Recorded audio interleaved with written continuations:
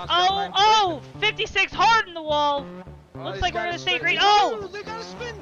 95 around, 33 hard into the inside wall. Oh, they're wrecking up front. 93, Ricky Johnson's around, collects the 30, the 59, the 30, I already said the 30. Oh, They're still wrecking. Oh my god, the 22 of Jason San Diego, damn it. Oh my word. Turn 3 and 4. Side, they fly for turn 3 and 4. That's 66 now. Oh, they're 3 wide. Oh, Joe, who's 3. here? I don't know. They're 3 wide through the tri-oval. Give it to Feld there at the yellow flag.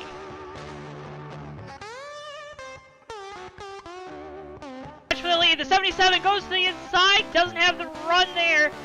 Goes back outside. He's going to try to have the momentum through turns 3 and 4. Peaks to the inside. It's going to be a drag race down the front straightaways. Calavol's around. It's going to be at the line. It's so close. Merslack wins it.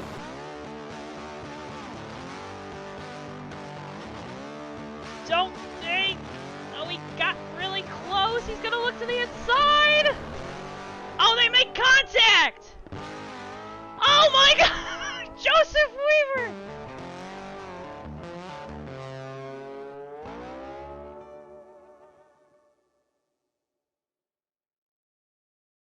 Ladies and gentlemen, boys and girls, children of all ages, welcome, welcome, welcome to JTN's presentation of the United States Online Racing League Red Bull Cup Series tonight from the Pocono Raceway in the Poconos Mountains of beautiful Pennsylvania. Folks, as always, I'm your host, JoeTowNetwork. Alongside me tonight, well, you know him, you love him, it's Tommy Bordeaux. Howdy, Joe. Thanks for the introduction. And what a great race we're going to have here tonight. You know, Joe, a lot of tracks on the circuit here at the USORL Red Bull Cup Series have 4 turns. Some have 11 like Sonoma, but none quite like Pocono, Joe. This track only has 3. Only 3 turns tonight. Some would say 5. Some would say 5, Tommy, but it's a wacky track. It's a wacky world we live in, and I think we have a segment coming up that the fans at home are really looking forward to. I think so, Joe. That'll be in just a few minutes' time. Right now, though, looking at the starting lineup, we have a big field of 20 cars, Joe. I'll take you through in just a moment as well. Tricky, I think, is the name of the game here tonight, Joe. This track, very tricky. Tricky, also the Pocono Raceway mascot, Tricky the Fox. So, I mean... As we know, Fox is fast on the track. Another Fox that's fast on the track, that's right, it's the pole sitter tonight. Darren Ingram, 2/10 ahead of Huang Do for that front row. That Hubba Bubba 23 car was quick in qualifying. Behind them, making up row 2, is Trey Coleman in the 8 and Garrett Sindor in the 16. Back in row 3, Cal Lovell in the 12 car with Noah Joyce, Daytona winner, to his outside. Back a row there to row 4. It is the 4 of Stephen Merslack, last season's Cup Series champion, and Ricky Collette, friend of the show, in the number 98 TWB machine. Making up row 5, another friend of the show, John Peterson in the 49, and Ray Tustin rounds out the top 10. Back starting 11th is the 11 car of Antonio Ruiz. To his outside, Austin Spencer. That's it for guys who qualified with times. Those who did not qualify but are in the race tonight are Davey Hazard in the 75. To his outside, Zach Rostowski. Back to William Page, former Cup champion. And in 16th, Jesse Dalton. Followed by Jeff Dixon, Cam Barnes, Michael Murata, and Sean Whitehill rounds out the field in 20th. A great 20-car field at this tricky triangle of a racetrack, the Pocono Raceway, and, well, without further ado, Tommy, take it away. What time is it? What time is it? Well, Joe, it's time to enter my world. It's Tommy's world. It's Tommy's world. It's Tommy's world. It's NASCAR. Excellent. It's Tommy's world. It's Tommy's. Yeah, welcome to Tommy's World. We're here at Pocono Raceway. I guess Weaver's on vacation, so Davey and I are just taking a ride. We're going to show everybody how to do it. Well, he is. Where do you think we should break? Oh. Dude, you better slow down, dude. I wonder if it's loose or tight. Let's not find out. Hey, so where'd you know you had the flat? It was a little further down the short chute here. I felt the flat. I said I should probably spin it before I got to the tunnel turn. Oh, so you spun it out on purpose. Yeah, I spun it out on purpose. Hey, if it makes you feel better, got a sack of that for you. Oh, yeah. Yeah, good. It was real dirty in my car. We had some over here and some over there. You know, just like home, you gotta decorate it. Oh, goodness. What about just wiggle it like this? No, don't do that. All right, easy. Hey, can you steer? No. I can't see a thing. All right, here, I got it. All right, thanks, buddy. You gotta get the. All right, I got it. Oh, that was close. Want to go through the grass a little bit? I'm with you, 110%. Easy.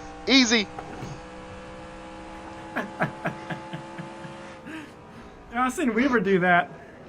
Yeah, but he's not meant to do it when he done it. Hey, you want to do a victory donut? We can, yeah, let's do that. We're the winners! Woo! Woo! Woo! That's all right in Weaver's car, buddy. It's Tommy's world. We're living in it.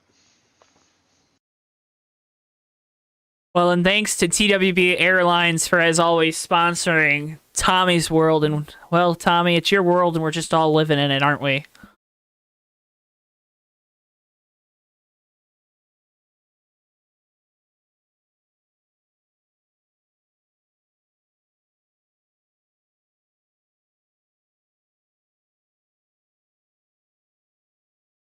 I think they enjoyed it. And remember, you can always check out Tommy's World segments.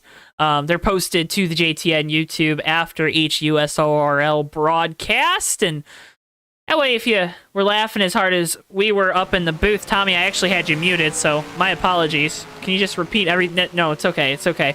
We're just living in your world. We're just living in your world. But like you said, thanks to Weaver for lending you guys the car this week. I know he always does a great job getting it all set up, and this week he actually let you take it out there for a spin as former Pocono winners.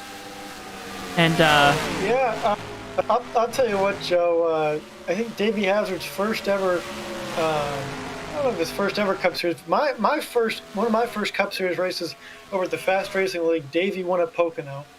A couple of years later, I won at Pocono in the Fast Cup Series, and now there we were in the seats together. Pretty cool, and just a terrific time out on the racetrack. I hope everyone at home enjoyed. And basing on the chat, I would say that is definitely the case. And again, thank you to TWB Airlines for sponsoring that. You can also check out all our great sponsors down in the linked in the description below. JoeTow Designs and AutoSim, two great websites to go check out as we're watching Jesse Dalton and Cal Laval practicing down the front straightaway. Should be getting to the end of practice here in a second. 100 laps around this Pocono Raceway, Tommy. That is going to be a long night for these drivers. It is, Joe. It's going to be a long, long night. This track is, even though it's 3 turns, Joe, just because there's less turns doesn't mean it's any shorter. This is a pretty long circuit, in fact, clocking in at 2.5 miles, one of the longest on the schedule. So we're in for an endurance race here, Joe, and I think the key is going to be being there at the end. Now, we say that basically every week, but especially tonight because, Joe, accidents can happen at Pocono, and if they do happen, they can be big, as we've seen in past races, especially in a turn 3. What turn 4? Not here, Joe. Oh, shoot. Oh, car's going... Oh, big wreck in turn 3. Well, this is the Axalta Coating Systems 200. It's 100 laps. That is 100 laps around this track is actually, what is that? 250 miles. It's the Axalta Coatings 200. I don't think that works in kilometers, or I don't know what their measuring system is here for what the 200 stands for, but It will be a fun night nonetheless. Watching Jeff Dixon now out on track in the Skittles number 15 machine. He had a win last time out here on JTN. Controversial win when talking about a post race down in the garage area, but won that race at Chicagoland, locked himself into the playoffs. Yeah, Joe, he did, and it was quite the finish indeed. I've never seen a car in the air win a race upside down, pretty much inside of another car all at the same time. So yeah, there was a lot to talk about in the garage area following that race on the ethics of that victory, but it stands, and we move on to tonight at Pocono. Last week, not broadcasted, was the Charlotte Roval. Davey Hazard coming off a victory there. Do you want to talk about what happened for you in the 57 TWV machine last week at the Roval? It was brutal. The boys brought me a great piece. We won the lights race on Monday there handedly, and we were in the lead, running pretty good, pulling away actually, and boy, you know, Joe, the old engine let go on me, no warning or anything like that, just a freak accident there, and tough, but I rebounded last night at Rockingham in the Truck Series here at USORL and got the victory there. Yeah, and speaking of Rockingham, we're watching the Rockingham Master on our screen right now. Sean Whitehill in the number 2 machine. Diet Coke colors on that car this week. There you see it. Nice looking paint scheme out there. A bunch of shenanigans going on. There's Davey Hazard in the 75 Adidas machine. 3 wins on the year. That's pretty impressive for the 75 crew. That's going to give them a decent amount of points heading into the playoffs. Yeah, it's going to give them a nice buffer, but you can't rest in the playoffs, Joe, especially not in this league. A lot of talented drivers, and the race for those playoff spots were closing in every week, Joe, to the beginning of those. It's going to tighten up, and those spots are going to go away as quickly as they arrive at the beginning of the season. The one guy who can at least relax for now is that 75 team. Well, and if you want to hear more from Davey Hazard, you can head over to the Fake Racers podcast after this broadcast right here on JTN. We should be getting to the end of happy hour, right? Just about, Joe. Things are wrapping up. That flagman is waving that checkered flag, telling everybody to come on in. Let's get this show on the road, and it will be a show indeed. It's going to be interesting, Joe, I think, at least early on, where these drivers adapt to this racetrack. Some might be looking for a turn 4, and when they don't find it, they could get confused, Joe. Could cause problems for a few of these drivers out here. I see a certain Joseph Weaver in chat talking about how there's 5 turns here at Pocono. I kind of agree with him because it helps you maybe talk about the different conditions that you feel throughout each corner, you know. Instead of saying entry of 1, you say turn 1, exit of 1, you say turn 2, something like that. But, I don't know, Tommy, I don't know. I think that's all wrong, Joe. It is 1, 2, 3. Okay, it's the entry of 1 and exit of 2. It's 2, or you know what I mean. God bless it. You know what I mean, Joe. Point being here, this thing's about to start, and no matter 3 turns, 5 turns, no matter how many turns you think this race is, it is going to be 100 laps, no matter what. 100 laps from Pocono. Cars getting gridded on the back straightaway. I'm going to throw up real quick our upcoming broadcast Monday night, 8:40 p.m. Eastern Time. Join us right here on JTN. The Excel Shootout modifieds at the Daytona Short Track on the back straightaway there. That will be a fun time. And then make sure you tune in same time, same place next weekend, Saturday night before the big game, because I can't say the words that the NFL has copyrighted. The USORL Cup Series, the Dirt Derby from Knoxville. Start your engine! That should be quite the entertaining race there, Joe. Of course, before the big bull, of which it is quite stupendous. You know, quite a way to lead into that Sunday night there with a little dirt action. Well, and then the following week we'll have the throwback race from Atlanta, TMP Cup Series, the day after the Daytona 500 at Homestead, and then we kick off Hobo Racing their 2021 season with all their opening races there. But the guy that's going to kick off this race tonight, it's this beautiful number 23 Alba Bubba machine of old Darren Ingram in the 23 Toyota Camry. He's going to lead the field to green. Down into the Mike Co. start zone we go, Tommy. Green flag. We're racing from Pocono. Already, pretty good even start for both those lines, outside, inside. Oh, a little wiggle from Cal Lovo back in the field. They fan out heading into 1. Fanning out, heading into one. That's going to be a common thing that we're going to say up in this booth tonight, Tommy. But Darren Ingram going to try to clear Wong Do there for the lead, and he does so with ease coming off of turn 1. I'll tell you what, one crucial part of this, it's hard to pass at Pocono here. Track position is going to be huge. Even if you have a very fast car, man, it is so difficult to pass anywhere but turn 3, really. And going through turn 2 side by side like that is going to slow you down a lot, especially on old tires. And Garrett Sidner on the outside of Trey Coleman. This for the 3rd position. Coleman on the bottom and the pump it up. Number 8 Chevy Camaro. He's going to try to make it stick there on the bottom. Then Cal Laval now going to try to follow through for that 4th position. A lot of fantastic looking cars out here, Joe, as we finish lap number 1 heading into turn 1 here. This is the Mars brand home race, so you'll see games 1, 2, 3 racing. A lot of Mars products out here, like Garrett Sidner in that special double mint paint scheme here. If he can make his way up to Darren's bumper in a few laps, maybe we'll have a battle of the gums here, Joe. And Tommy, I was gonna talk about this in happy hour, but it kind of just slipped my mind. A lot of guys there coming off of turn 1, they're hitting that outside wall. Do you see that being an issue as we get later in this race? Well, not just turn 1, Joe, but also the exit of turn 2. The car really tightens up on exit there. If you're not careful, you can get yourself some real serious damage out there that's either going to cost you time in pit road or on the racetrack, and you got to watch out for that, especially later in a run. It's like Garrett Sidner had a big run through the center there to try to get around that 8-car. Trey Coleman for the 3rd position wasn't able to capitalize on it. He's going to stay in line down the front straightaway. Guys being a little easy right now to start off this race here from Pocono. Yeah, there's a long way to go, Joe. No point in making a mistake now and getting yourself in trouble early. But one guy who I think, Joe, is making his way through the field well, despite the difficult conditions to pass here, is Davey Hazard, the 75, in the top 10 right now, trying to work on Ricky Collette in that TWB 98 for the 8th position. And Davey's got a little ways to go to get up to the back bumper. That 98 Collette barely holding on to that lead pack is now Jeff Dixon looking to the inside of Hazard going down into turn 3. But he sends it down there. I'm sorry, Tommy. Yeah, Dixon and Hazard, no strangers to each other, Joe. No strangers to each other. We talked about the Chicagoland finish.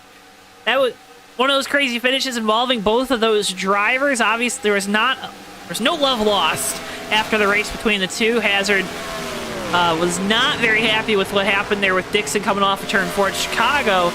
Wonder what he was thinking there when that 15 car just sent it down into turn 3.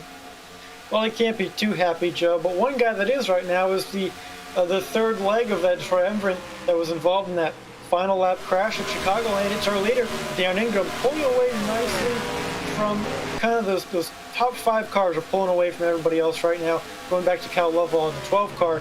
Going into turn 3, I'm seeing Huang Do get pretty loose, but he's holding steady. That 54, I think, is going to be fast in a long run, Joe. Indeed, there he goes to the inside, side by side with Darren Ingram. See, Huang Do, you saw Jeff Dixon make the pass on Ricky Collette. Do, though, falls back in line behind Ingram there. So he falls back into 2nd. Trey Coleman 3rd, Garrett Sidner 4th, and Cal Laval in 5th.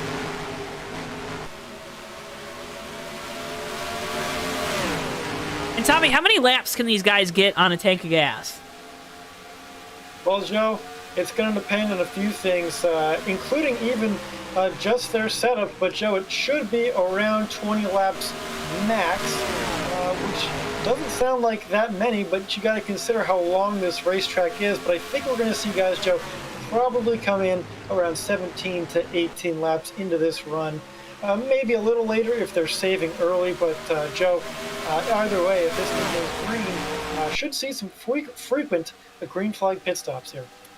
Well, that would put us at 4 stops for the race, Tommy, and I don't think there's been a race this year where these guys have had to make that many pit stops.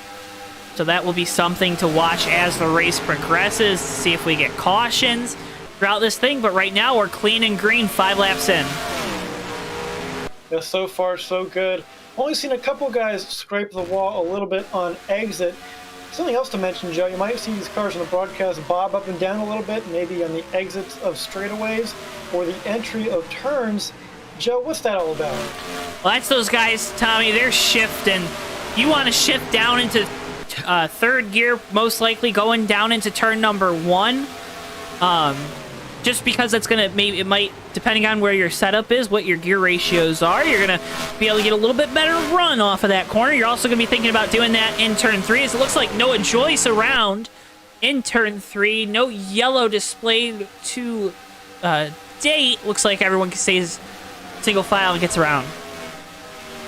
Well, that's tough. Noah Joyce, like you mentioned, Joe, spinning in turn 3. No yellow, but he was running pretty well up inside the top 10. And it would have been a much-needed run for that 3 team, Joe, who's had some bad luck lately, even though they've had a really fast car. Yeah, here you see the replay. Noah Joyce going around there in turn 3. Car just steps out on him down there in that bottom groove through that corner. I think that's not going to be anything we don't see later tonight. I think we're going to see that happen to a lot of these guys. And I mentioned how loose Wando was getting in 3. Just a lap ago, he too got loose again, didn't spin, but lost a couple spots now to Trey Coleman and Garrett Sidnor. They're up to 2nd and 3rd, respectively. Yeah, so move that 8 car up to 2nd behind his good buddy Darren Ingram, who still leads this race from the pole as we come to start working lap number 8. Ooh, Sidner in the wall. That's going to allow the 54 to go to his inside. We're 3 wide for that position. Ball takes advantage. He's going to get 2 of them here, Tommy. Yeah, a bold move there by the 12 car to take advantage. We'll see if you can clear Huang at it too. Not really the preferred groove for either of them in that turn. Turn 3 is where we're going to have to make the pass here, Joe. With how loose Huang's been getting, I don't know. Maybe he can get it done here. Kyle Lovell, really good at Pocono, Joe. He was the winner last time we were here a few seasons ago. And Tommy, we stepped away from that battle for just a second to see Trey Coleman make the pass for the lead through turn 3. It looked like Ingram gave him a lot of room going down into that corner, so move that number 8 Chevy up to the lead. Well, a smart move there by Ingram, just letting Trey by. Trey's fast, Darren's fast, and right now, Joe, they're almost a second ahead of 3rd place Wando, just a few tenths away from the 2nd, and if there's anything they can do right now to keep extending that gap between everybody else, that's just going to help them out, especially if things go green, Joe. That's a huge advantage when they come down pit road, because that means it's a better opportunity. They're going to come out without any traffic in front of them. Yeah, and Tommy, the draft. How big of a deal is the draft here? If these guys can get over a second away, we know in NR that if you're over that second, that 1 second cushion, if you're outside of that to the car in front. Problem with Sidnor, I think. Oh, he's around in turn 3. Everyone misses him. We stay green for now, but that's going to hurt Sidnor massively, Joe. He was in the top 5, looking good, and then a spin in turn 3, just like Noah Joyce. Yeah, here you see the replay. Car just goes around. Dixon does a really good job of avoiding him, and he noses into that outside wall really hard there with that double mint number 16. Boy, that's going to really hurt the engine on that car, Joe. He might be down a few horsepower and perhaps messed up the aero on the front as well. So already looking like a long night in store for that number 16 team.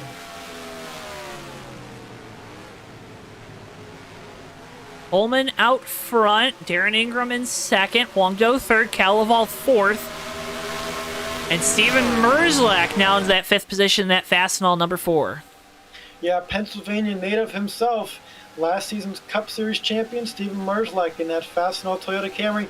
Just lets Jeff Dixon by now, too. Dixon, the winner of the lights race on Monday after Cal Lovo ran out of gas on the last lap. So we know that Jeff is fast here, and so is that 12 cat right in front of him there on the UPS machine.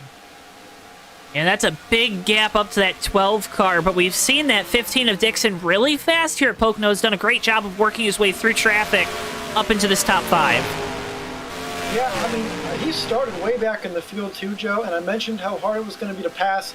Track position is so important here, yet he's made it look easy all the way up into the top 5, still about 2.5 seconds behind these leaders, but if he gets some clean air like he does right now, I expect that gap to come down. I think this 15 car should be one to watch, Joe.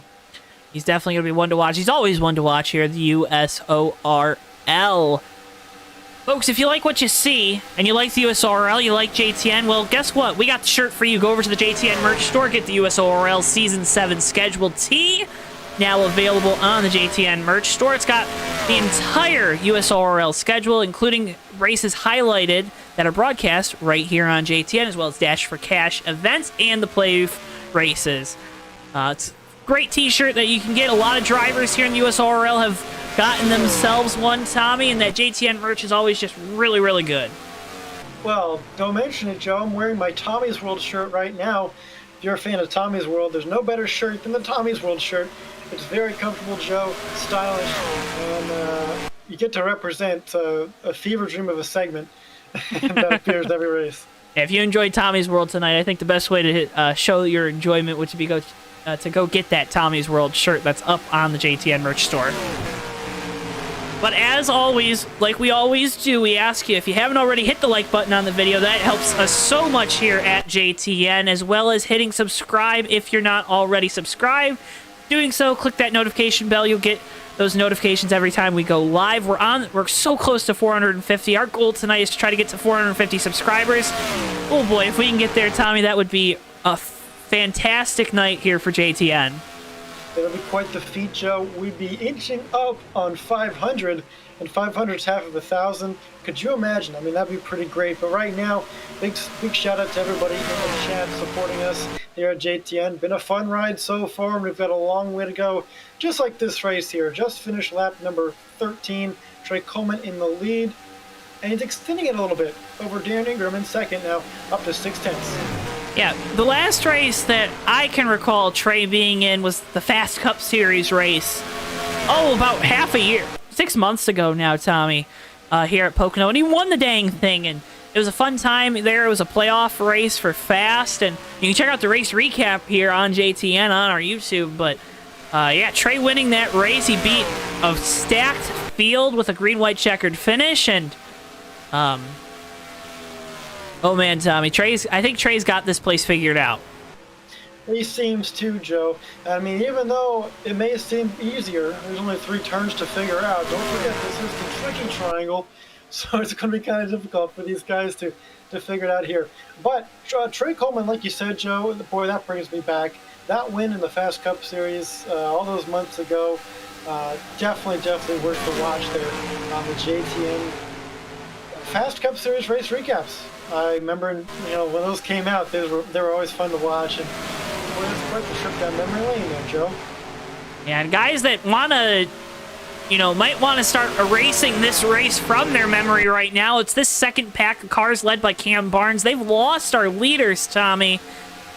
Do they have any chance to try to get back up to those guys out front? It's possible, Joe, but I'll tell you, a couple of things need to happen. Scenario A, goes green, and they just have great green flag pit stops. Better green flag pit stops and strategies than our leaders up front. Or 2, Joe, they're going to need a caution to catch themselves back up. But it's so difficult, Joe, to make up that ground. And like I said, it's going to be an awfully hard task to get back up to the front without something like a caution to close the field right up. You saw that number 1 Nickelodeon machine as Zach Krastowski really struggled through the tunnel turn there, lost the position to William Page in that number 42 Red Bull machine. And William Page didn't have the best race at the Roval last week, so he's looking to have a good rebound here in the Red Bull Toyota Camry. Former Cup champion right now, running in the top 10, so a solid run so far. Solid run for a guy that's running part-time. He passes his team owner there, John Peterson, the 49 Big Red machine, so move the 42 up one more spot here at Pocono. And Will was really good at Mansfield earlier on in the season, our second race, if I recall correctly, here on JTN this year for the USORL, and just had that one kind of slip away from him, as a lot of guys did. And Trey Coleman ended up winning the race after that post-race vibe check failure. But Page trying to string together some good finishes here as the season continues to progress on.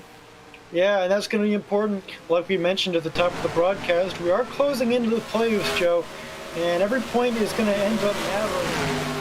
For a guy like Trey Coleman, of course, with a win, though, kind of on cruise control, it seems, right now, especially ahead of this field and by quite a couple of tenths. But don't look now, Joe. Perhaps look if you're wanting to watch anything. It's Jeff Dixon, that 15 car. He's closed the gap to under a second to the leader It's just about 9/10 to Trey Coleman right now. He is a man on the move. Yeah, and we're closing in on those pit stops, Tommy, so that's going to definitely shake things up here at the front of the field. It's going to be very important for these guys to get down to pit road clean. You don't want to have any Casey Kane incidents. That was an Aquafina car, and I mean, man, I hate Aquafina. That water tastes bad, and oh boy. But it looks like we're under yellow for the first time tonight, Tommy. Don't know what for. Oh, it looks like John Peterson around in turn 3. Let's get you a replay.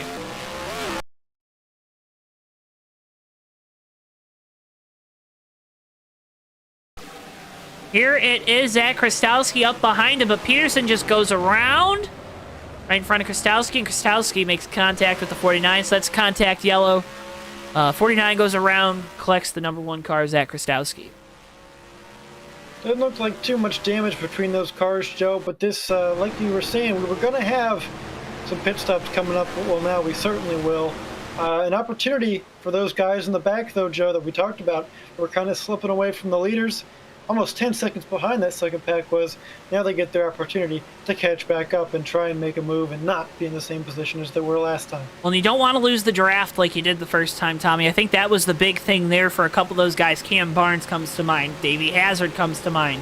They lost that draft really at the front end of that run. So making sure that doesn't happen this time is going to be very important for those cars.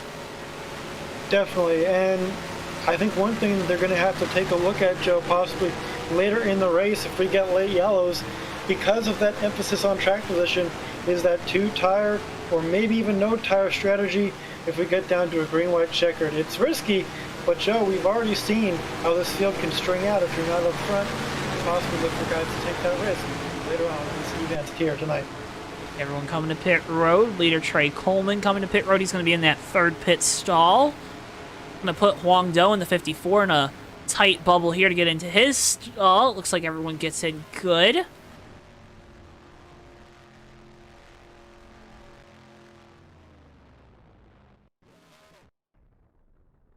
Very quiet down there on pit road. Yeah, it is, Joe. You can only hear just the faint little whispers of the air wrenches as they change the tires. Trey Coleman maintains the lead as they exit pit road. Dan Ingram will take second. So put Jeff Dixon in third. Those three look to be the fastest here tonight, Joe.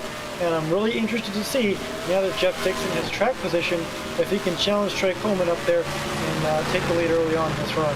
Well, and something to note, Steven Merzlak in the number 4 car, he lost 3 or 4 spots there on pit road, so a tough stop for the 4 Fastenal machine. Would have to think maybe he got boxed in there due to where his pit positioning was compared to some of the other guys around him. But should be choosing here, I do believe. Yeah, just on that short chute out of 2, Joe. It's a special little painted sign there on the wall. Pocono, where the choose cone is, a nice little touch put in by Cal Lovall, who was in charge of painting the track this weekend. And we'll see what line Trey Coleman chooses at the Pocono choose cone. Think he's going to take the bottom or the top? I would guess the bottom, Joe. That's I'm putting my money on the bottom. Here we come.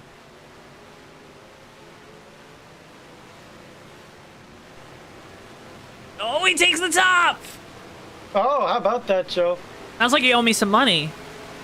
I never specified what amount, and I'm going to go with 0. So Trey Coleman up top, that's Darren Ingram on the bottom. And behind him, Jeff Dixon takes the inside. We'll see what that 15 and 23 car can do together once again, Joe, just kind of like the end of Chicagoland. Here we go, off of turn 3 this time. We are going to go back green here at Pocono, working lap number 20. When we get the green flag, here they come into the Myco restart zone. They're going to wait. Trey Coleman's going to have control of this restart. We'll see where he decides to go. They wait. Green flag, we're back racing from Pocono. Already some cars back in the field, fanning out. Look at that, Joe. That's classic Pocono. Steven Merzlak out there, Cal Lovell out there. We're going to see that on these restarts. Darren Ingram holds on for second, barely. And a guy who didn't have a good start with Jeff Dixon. It's getting real tight down there. And we were 3 wide there for 4th. Big gainer, Davey Hazard on the outside. Cal Lavaldo, it looked like he just barely clipped that apron. Had to get off the gas and give up those positions, concede the spot there to Jeff Dixon in that 15. Dixon going the wrong way on the start here, Joe, but he gained a spot right back there ahead of Davey Hazard, who started way late in this race in practice. Did not get much practice in other than our run in Tommy's World, really, Joe. So he's got a lot of work to do, but so far he's figuring out okay. Ooh, big hitch to the wall for a lot of cars that time, and Trey Coleman way down to the inside. He's all the way down to the bottom trying to break that draft. Does a good job of it, though. Gets back up in line. And Barnes now making a pass on Davey Hazard there for position. So move that 75 back one more spot. That Hazard just struggling right now. Yeah, he was talking to me before the race, Joe. He was thinking tonight's going to be one of those 15th place nights. I'm sure you and I both know what those are like. I think I know. You don't expect much. I'm a little more familiar with them than you are, but yeah. Don't say that, Joe. Hey, man, there's always a reason why the guy's up in the booth, right? Looking at you, Clint. I said I was about to say, looking at you, Clint Boyer. Anyways, caution is out, Joe. That's caution number 2, and it comes just a few laps after we go back green. What happened here? Let's get a replay.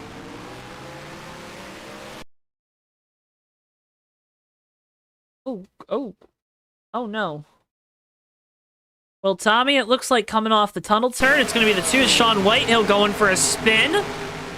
Car gets loose on him, and then everyone else is trying to avoid him. Ricky Collette goes into the outside wall. There you saw at the back of your screen, but John Peterson, Noah Joyce making contact with each other, and they both go into that inside retaining wall.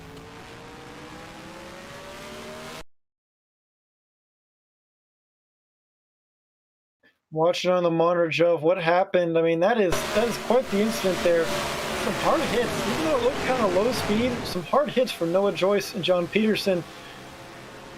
It hurts to see Noah Joyce involved in another incident, Joe, because man, he's had some bad luck.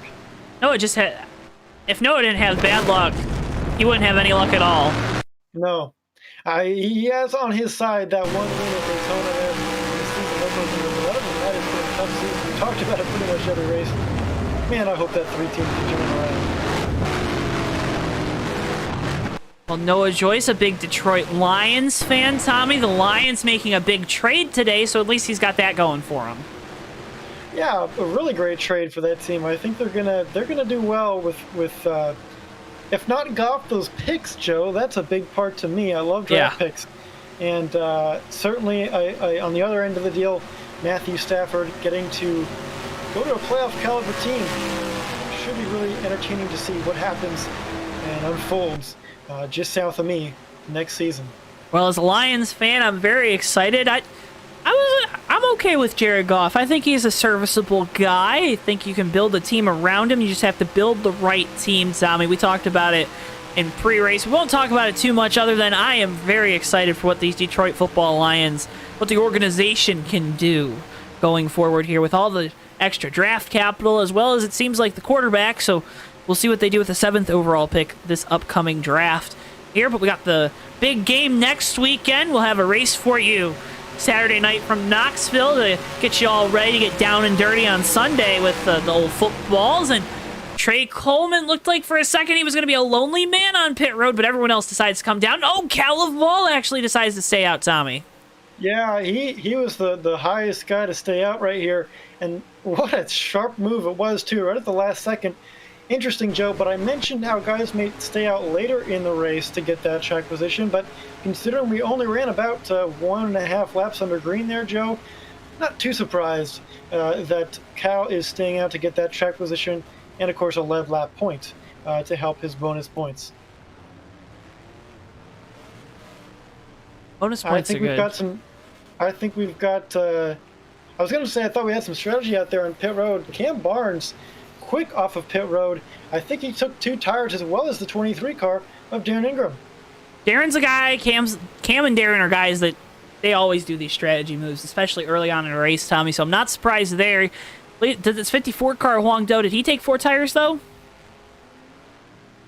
I think from there on back, everyone took 4, Joe. So we've got no tires, 2 tires, and the whole rest of the field on 4. Things can get dicey here, Joe. There's still a long way to go.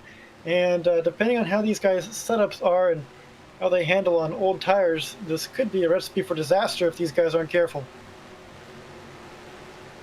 We'll see what happens here, Tommy. The one guy I'm worried about is that 13 of Austin Spencer. We haven't seen him up towards the front of the field, so I wonder what the pace is behind the wheel of that number 13 Dove Chocolate machine, but we will definitely see that here in just a second. They should be choosing this time by. Pocono is a big track, so they got plenty of time to figure out to get their running order ready, and here we go to the choose cone.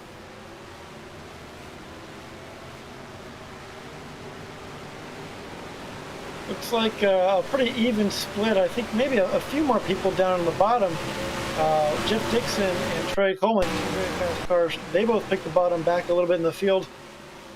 But up front, it's going to be Cal Lovell in the UPS Ford. To his outside, another Ford. That's the 13 of Austin Spencer. Two brown and yellow cars leading the field. And they're on older tires, Joe. They didn't stop this time. Behind them, a row of cars with 2 tires. This should be interesting. Well, this is where we're going to see what 2 laps of tire wear really means here at Pocono. Into the restart zone we go, and there's the green flag back out here at Pocono. We'll see these cars maybe fan out towards 1. So far, actually staying in a double file line. That's the first time I've seen that all night long on a restart. Cam Barnes holds on the 3rd. I think he's going to get 2nd right here. Austin Spencer really struggling on those old tires, and we're going to be 3 wide off of 2. Oh boy, that was a scary moment there for the 75 of Hazard, the 23 of Ingram, and look at the big mover right now. It's Steven Merzlak in this 4 car taking advantage of those 4 fresh tires. Doing a terrific job. Oh! He gets it at the end a little bit, slides up the track. Oh, daring around! Big Jeff wreck. Dixon! Oh my goodness! And Austin Spencer just went flying. And that all started, Tommy, with Spencer and Cal Laval deciding to stay out under that yellow. Let's get a... Cal definitely benefited from that one, but Austin Spencer, Joe, just took flight. Like you were about to say, let's go take a look. See Darren Ingram in the 23 to his outside. He makes contact with that 4 car of Merzlak, and from there it's on. Big time. How would you describe what just happened for the 13 of Austin Spencer? I mean, goodness gracious, Joe. We saw the same kind of thing happen at the end of Chicagoland. Cars getting into each other like that and launching off each other. My goodness, Joe. I mean, that is an incredible wreck. You see it again. There's just... Oh my goodness. How many big name contenders involved, though? The 15 of Jeff Dixon, Darren Ingram involved. Huang Do looked like he might have got a little bit of damage. Shouldn't be too bad. Yeah, that's certainly going to change the landscape of this race, though, Joe. I mean, you mentioned Jeff Dixon. We said how fast he was, and now a huge impact for him. Not to mention Darren Ingram, our pole sitter, significant rear end damage to his car. The shape of this race has transformed, Joe. It was a triangle. Now, who knows what it's going to be?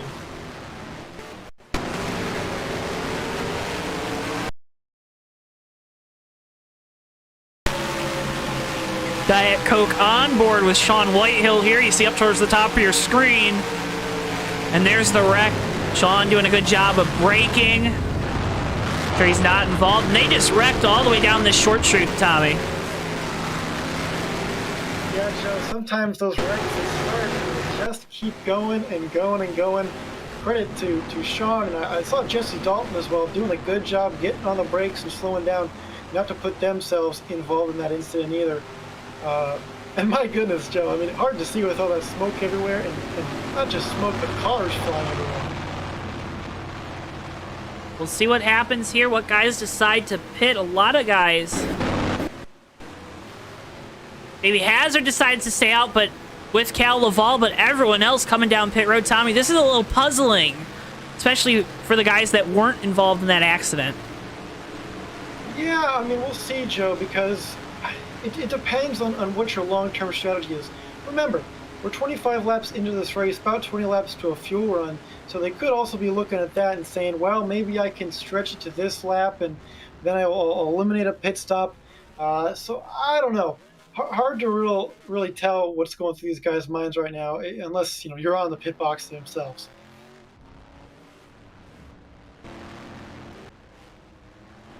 Race off pit road. Trey Coleman looks like he's going to win it. Cam Barnes comes off second. Merzlak, Doe, Krastowski, your top 5 off of pit road. We should be going back green flag this next time by Tommy, but we got a question from a big fan of ours, So Play Cool EAS writes in, where do you think Deshaun Watson's going? I know we talked about Stafford, but Watson's a big free, well, not a free agent, but a big trade chip out there right now. It's hard to say because clearly you can't imagine that he's going to stay in Houston. But it's weird because everybody knows that he wants out. Everybody knows Houston sucks. The management yeah. is just terrible, and say they don't want him out. I don't know, Joe. It's a mess, and boy, let me tell you, I'm glad not to be in the middle of that. Well, and Tommy, guy that's doing a really good job of managing his race right now, it's this 12 of Cal Laval. See everyone choosing here. Cam Barnes going to be the first down the back straightaway, although he did get really close to clipping that cone, and it looks like he's going to say he did clip the cone. He's going to go back there, and the big gainer then is Huang Do in that 54, going to go all the way up to the front row. So this is a very big opportunity for Huang because we know he's quick, but it didn't look he had quite the pace to catch either Trey nor Darren up front, and maybe didn't quite have enough to hang with Jeff Dixon. So Huang Do, big opportunity for him. Here we go on to the front stretch, heading into the Myco restart zone. This time it's Cal Lovell and Huang Do in the front row. The green flag is back in the air. We're underway here at Pocono once again. Hazard all over the back bumper of that 12 UPS machine of Cal Laval, giving him a big push that's going to send him clear to the lead. And Hazard also going to get clear for second. Trey Coleman now on the outside of Huang Do for third. That 54 car slipping back a little, did not have a good restart. Back in the field, Joe. It's Jesse Dalton. No, it's Ricky Collette. No, Noah. No. And the caution waves once again. No.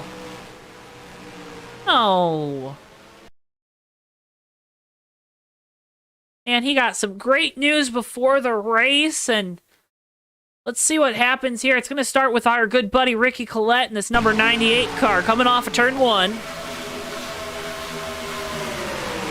Car just gets loose on him, goes around. Tustin makes contact with the rear end. Finishes the job, although I think that car was going around no matter what. Dixon makes contact, and it's on from there, and Joyce just nowhere to go.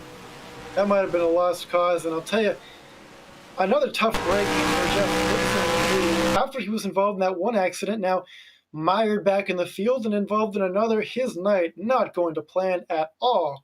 And he might have been the fastest one out here. There's on board with Sean Whitehill in the number 2 car.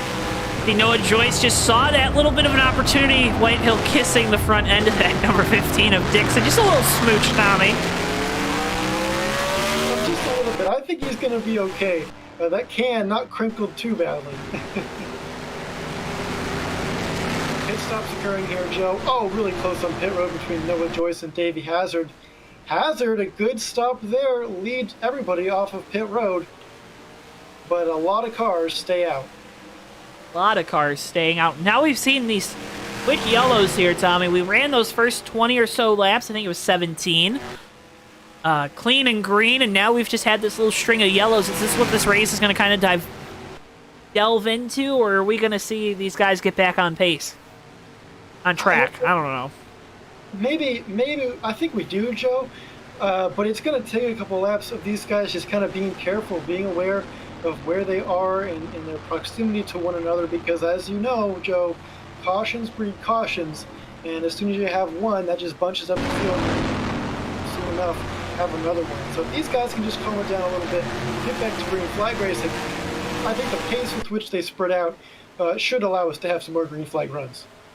If we choose here, like the whole field is formed up, we will So Laval and Coleman take the outside. And then Doe and Merzlak are going to be the first two on the bottom. Then Ingram there in 5th. Zach Rostowski 6th.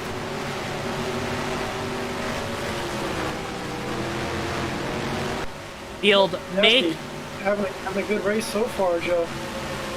In that top 10. Yeah, he's made his way up. Looked like that one car was struggling, but good strategy there on that Nickelodeon pit box. Got the slime all ready to go if that one car can make its way into victory lane. But right now, the guy out front, we love logistics in the UPS. They get ready to enter the Mike restart zone. He's going to get another great one here. Here we go. Green flag. We're back racing from Pocono. Surprised to see that 12 car out front necessarily, Joe. But the way he's gotten there, a little bit unique. He's on older tires than the back half of the field, but Joe, that advantage of track position, I think, going to help mightily for that UPS team. Huang Do back up there now in 2nd, and take a look at the one car. Zach Rostowski hanging on to the top 5. He's going to clear Merzlak for 4th, I think, and he does. Now, what a fantastic restart for that one car. Rostowski making his way up towards the front of the field. The first time tonight, but Merzlak going to keep trying to get around that one car. Behind them, the 15 of Jeff Dixon. Obviously, a lot of damage from 2 wrecks in a row. Still quick as ever, though. Darren Ingram went around going into turn 3, Tommy.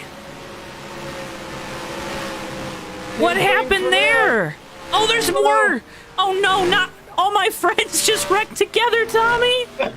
Oh, no. Oh, no. Stay green so far. Haven't had the call yet. There it is. And there's the yellow flag. There's a lot to unpack there in terms of go.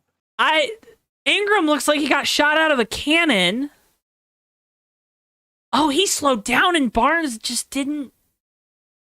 Here it is. Yeah. Barnes just full sent it down into that corner. That sent the 23 around, but what happens farther back? Tommy, you look as puzzled as I am.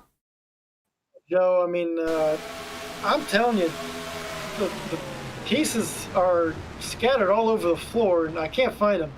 Because, my goodness, Joe, that was bizarre. It didn't look like a 7-car and he had any brakes going into 3 there. And then a secondary incident that, who knows how that happened. Looked like they were all just slowing up and they just couldn't avoid making contact with each other.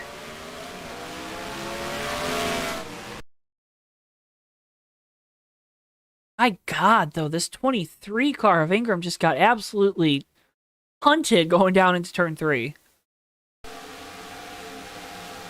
This is what sets it all off, Tommy, because these guys, they start checking up, make sure they don't get involved in this, and then guys, you know, they check up at different rates, and that's what causes this secondary incident here farther back. Wow. Well, I can't say I wasn't expecting another wreck after we had the restart there, but how it happened was quite interesting, Joe. That is, we're definitely going to have to talk about that one and get some drivers' opinions because, my goodness, Joe, that was one to keep an eye on.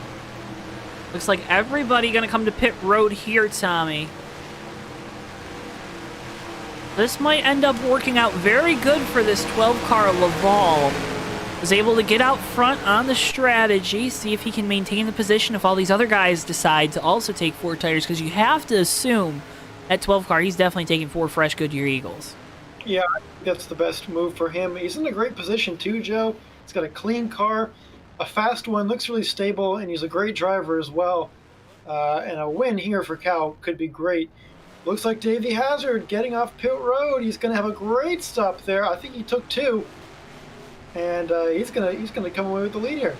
There's the rest of our leaders. Laval going to come off second. Doe, Coleman, Merzlak. Your top 5 there, you see Krastowski and Dixon. Dixon 7th off pit road. Nobody's staying out, so Hazard's going to have the best... he's going to have choice here for this restart. See what he's learned here from Laval. Cal took the outside both times there on the older tires. Do you think Hazard follows suit?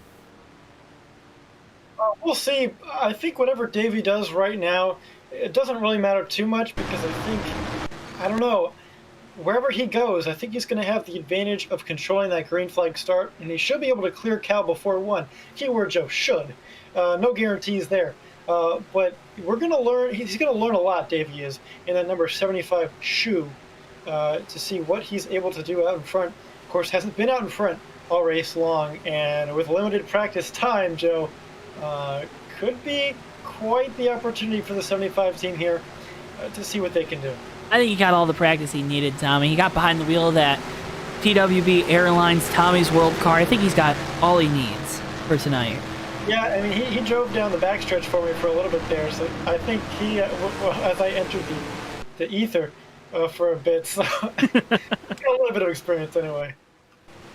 Well, here we go. There we are choosing. Hazard going to take the outside. Doe going to follow suit along with Trey Coleman and Steven Merzlak. Cal's going to take the inside, so that's going to allow Krastowski there to move up into the 3rd spot on this restart, and Dixon to move up to 5th. Dixon's still hanging around, despite Joe, and you can see it on the broadcast, the horrendous damage to the back of that car. Pretty shocked that he was able to run as well as he was for that short little run there. But man, shout out to Zach Krastowski again, up in the top 5 right now in that number 1 Nickelodeon. Can't miss it out there. Race here down the front straightaway once again. We're going to restart 30 laps into this race here. Still a long way to go at Pocono.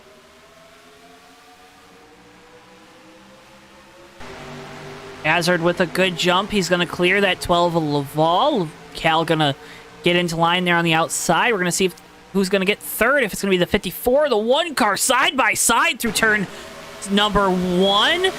Give the advantage.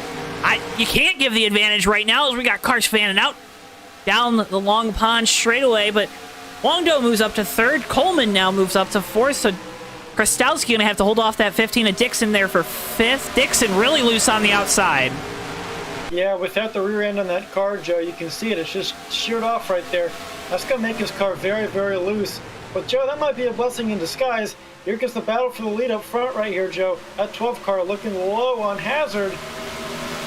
Hazard's going to have that momentum on the high side, though. Yeah, Hazard's going to have the momentum. He's also going to have the draft help from behind. Looks like the rest of the top 5 all deciding to take the longer way down the front straightaway.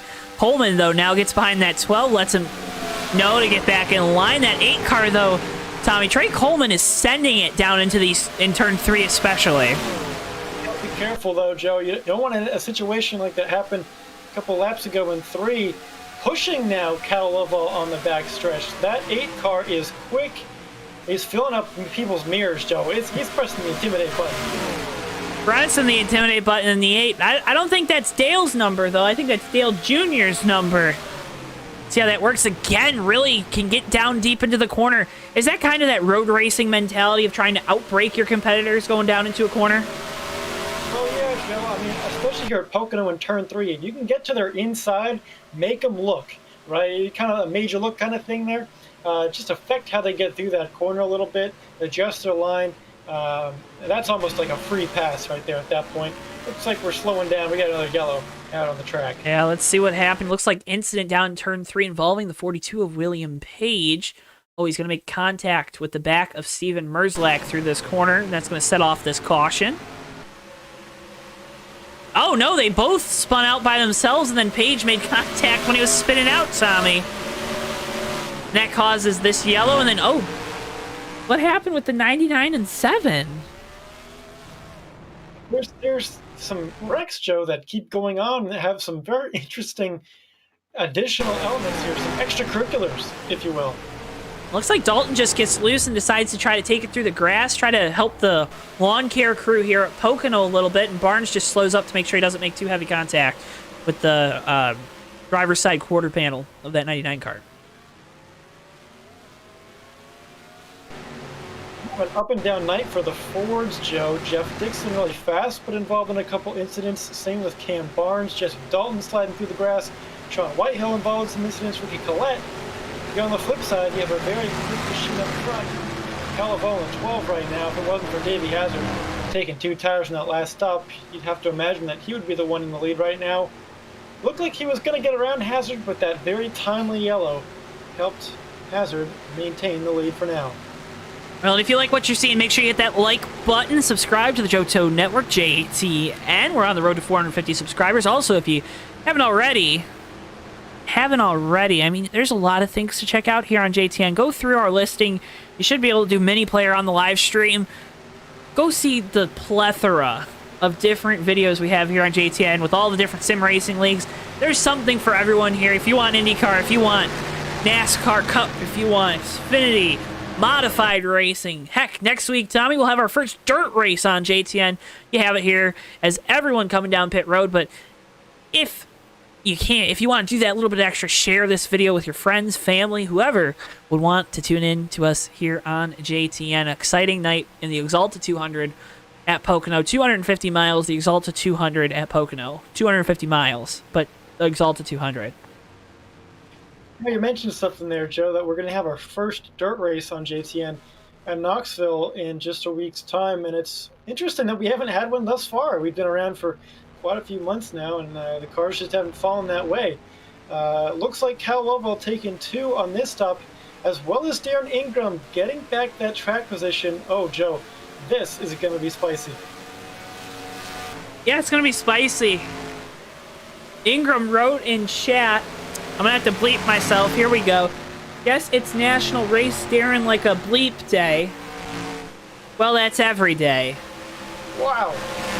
So, not happy behind the wheel of that 23. Is that going to make him drive even more aggressive here? It could, Joe. A driver's psyche is temperamental, not to be messed around with, because things can go sour quickly if you end up on the wrong side of it. And there's not been good blood, certainly, between the 7 and 23 of Cam Barnes and Darren Ingram. And their saga continued tonight in Turn 3 just a few laps ago. We still got a long ways to go, Joe. Anything can happen if those two find each other again. Good in the tears.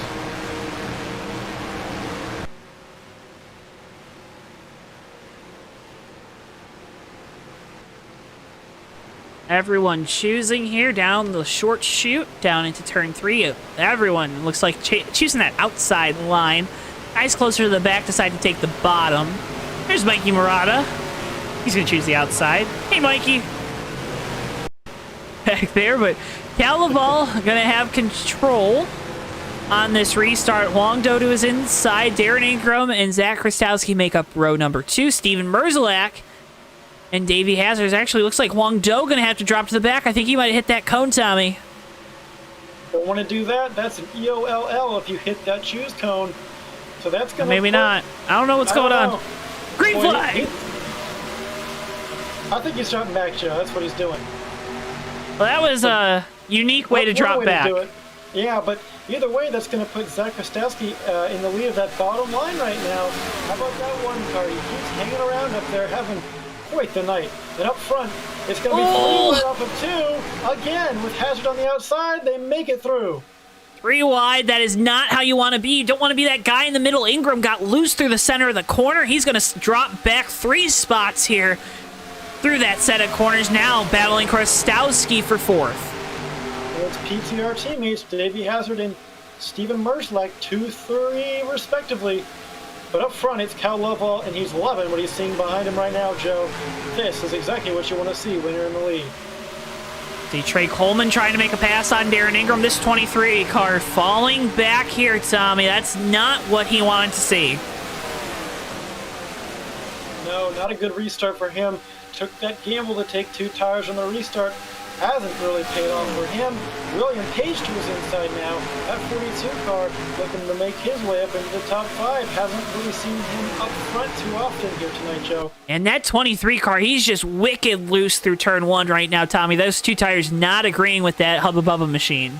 They're really upsetting the balance there of that 23 car. Not what he wants to see. It might make him think twice about doing that in the future, but for that 23 team, we know how aggressive they are with pit strategy. I wouldn't be too surprised to see it again, but at least this time by not working out too well. We go to our leader, Cal Laval, trying to stretch his advantage over Davey Hazard at the start of this run. Remember, this 12 car on 2 tires after that last pit stop, the 75 and 4. Oh, Joe. back in the field, that 23 and 7 car just went all the way down to the inside of the track, almost near the wall. Tapped each other, and Cam got by the 23. Keep an eye on those fellas tonight here, Joe. Darren is all over the back bumper. He's going to make a move to the inside, going down into turn number 2 for position. See what happens here. He's not giving him any room, Tommy. Going down into the tunnel. And Cam isn't budging an inch either. He's going to have the advantage through 2 right now into 3. Let's see what happens this time. Let's keep it here because anything could happen. Darren looking to the inside, backs out this time by. Yeah, he thought better of it there. Oh no! Oh, when he's spinning like a top, flipped by Darren Ingram. Caution out once again.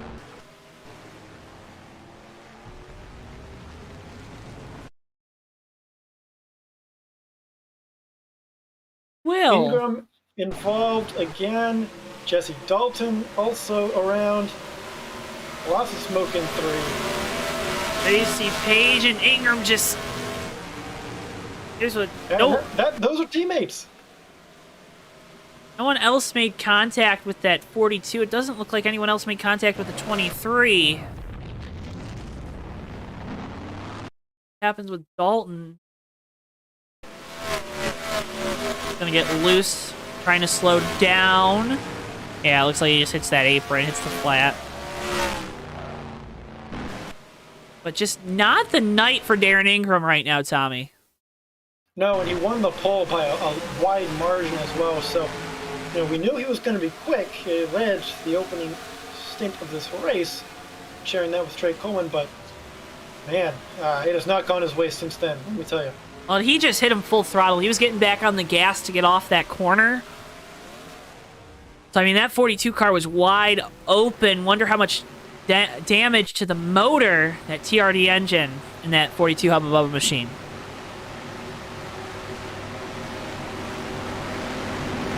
That was in the driver's... I was going to say, a little race update there from the Davey Hazard crew. They are making massive swings to this car under these pit stop periods.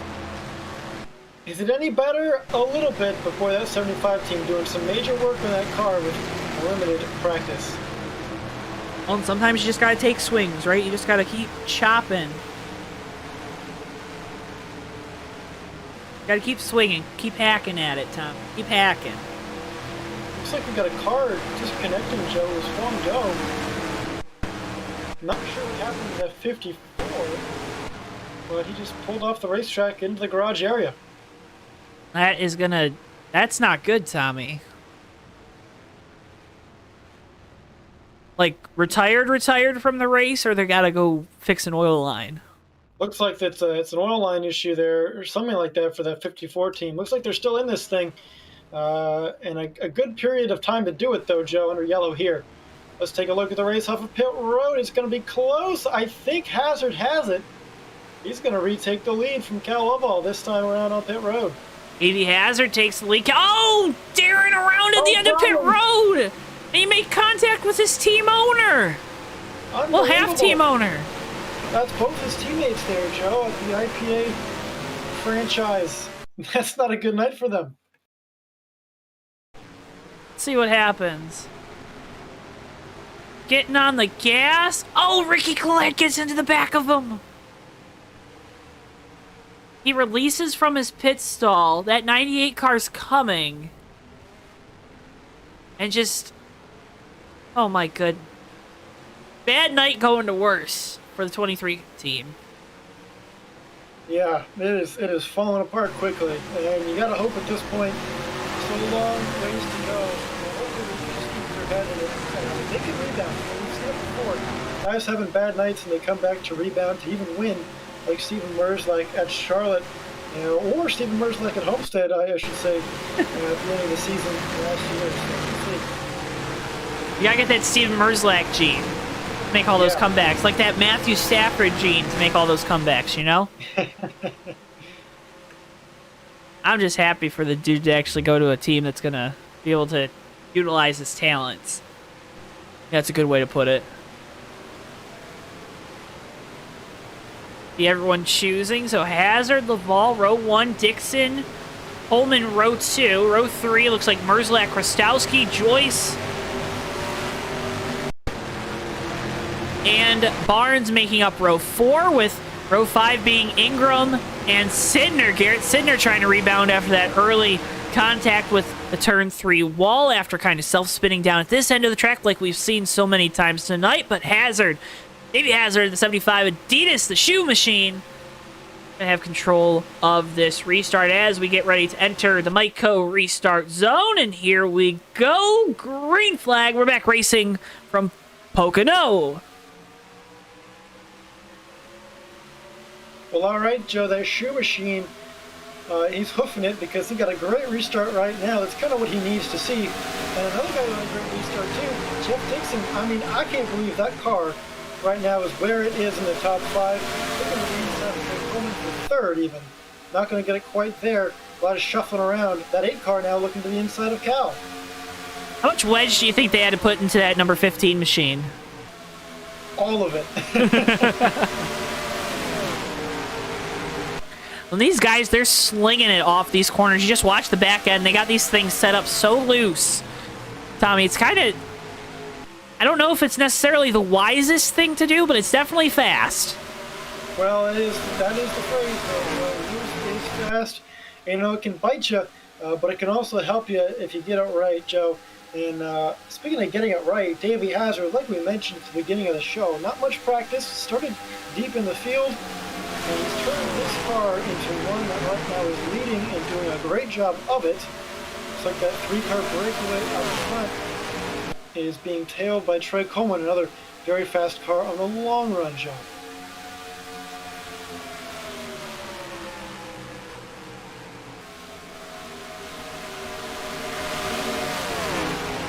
I know you threw it back to me, but I'm just in awe of watching these guys. Dixon making contact with the wall there. Oh, boy. Oh, Jesus, Will. Page throwing it to the inside of Noah Joyce. I think we've seen the 42 and 3. They've been involved in more accidents tonight than any other cars have been involved in accidents for the entire year, it seems like, Tommy. Yeah, it seems like, although a good rebound at least for that 3-car tonight, same with that 16, because Anjo was looking pretty bleak for them earlier. The other guy who's trying to make his rebound is getting... Oh, we got a blown motor! It's Merzlak! Oh, no! Second week in a row, a PTR car blows up, coming off of turn 1, and I jinxed it, Tommy. Oh, my goodness. Oh, my goodness, and we were just talking about them making their comebacks, and Noah Joyce and Dan Ingram involved in another accident. Oh.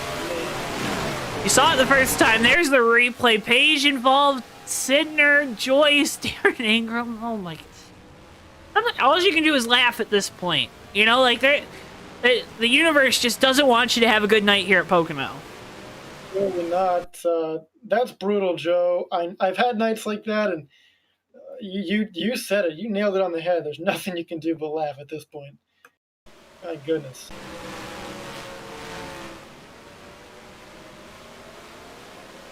Absolutely horrendous, Tommy. Absolutely horrendous. Well, that takes the number 4 car of Steven Merzlak out of the race, Joe. A blown motor. Going to have to take a walk by the engine shop this Monday afternoon coming up. See what's up, because, boy, that is a really frustrating thing to have happen 2 weeks in a row to your PTR team. And that's got to concern Davey Hazard now, who, again, wins the race off of pit road. But you got to be nervous now if you're in that PTR Toyota up front. Yeah, he's okay. I think he'll be fine.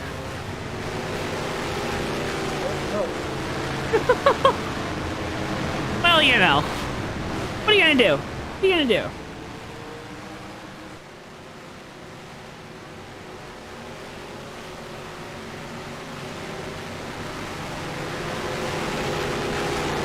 Well, it's a great time to remind you of all our upcoming broadcasts here on JTN.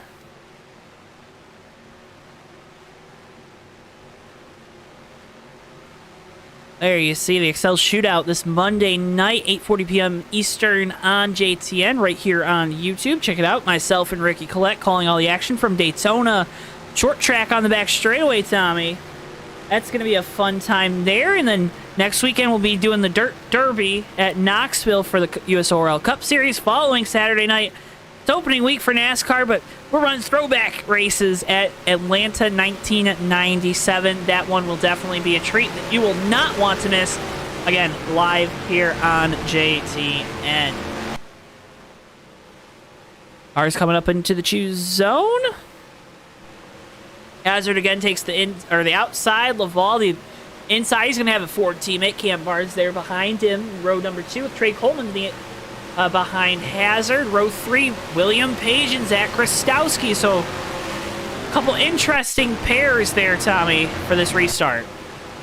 Definitely, Joe. And these guys who maybe don't see up front too often, it's a big opportunity for them to really get a good finish and help them in the points. So keep an eye on them. We'll see how that affects their race strategy.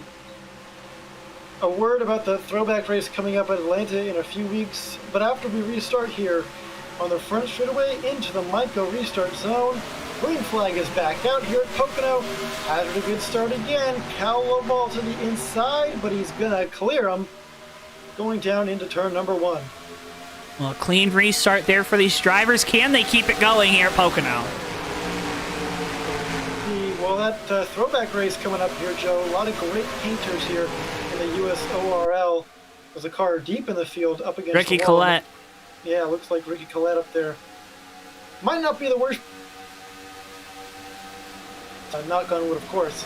Looks like Cal Lomo making a power move into 2. He's going to retake the lead from Hazard. Hazard thinks about crossing him up there, thinks wiser of it, gets back in line, so move that 75 car back to second. Cam Barnes there in third is going to try to make a move on Hazard, but Hazard now trying to get to the inside of Laval. Cal trying to get a big run of momentum off of turn number 3. Going to maintain the lead lap number 45.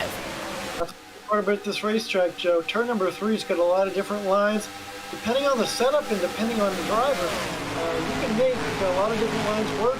Should be very interesting to see if this race finishes with a green light checkered or something of the sorts. To see a close side-by-side finish. Ooh. Whoa, a little bit of beating and banging off of 2 there. Trey Coleman looking to the inside of Cam. That's for third. Yeah, Coleman looks to the inside of Cam Barnes there for that third position. Coleman all the way down on the apron through the tunnel. William Page, big run there behind the... Again, this is for third, but don't look now. Page might try to get them both here coming off turn 3. How about that? William Page, past series champion, making a good run here. And right behind them, Jeff Dixon in the 15. Again, just hanging around. He refuses to quit. That's a good thing to see for that 15 crew. They are really digging deep here tonight. Digging deep. That's been the story for a lot of drivers tonight. Trey got really loose through the center of 1. Car slid up. He's going to lose a lot of momentum. That might allow William Page to try to make a move on this 8. No, he decides to push Coleman down the back, or down the long pond straightaway. Yeah, working with that 8 car, trying to get to the inside of Cam Barnes. Like William Page knows, if they get Barnes out of shape there, and that's another spot for him too. Follow Trey Coleman right through there for third and fourth. Into 3 this time. Oh, there goes Barnes around into the wall. More drivers making contact. Is that going to bring out a yellow? Looks like it will, Joe. Another accident out on the track. And that 7 car's got a lot of damage to that rear end. It's smushed. S goes down into that corner just a little too much, Tommy. Doesn't look like anyone made any contact with him. I don't know why it was a yellow.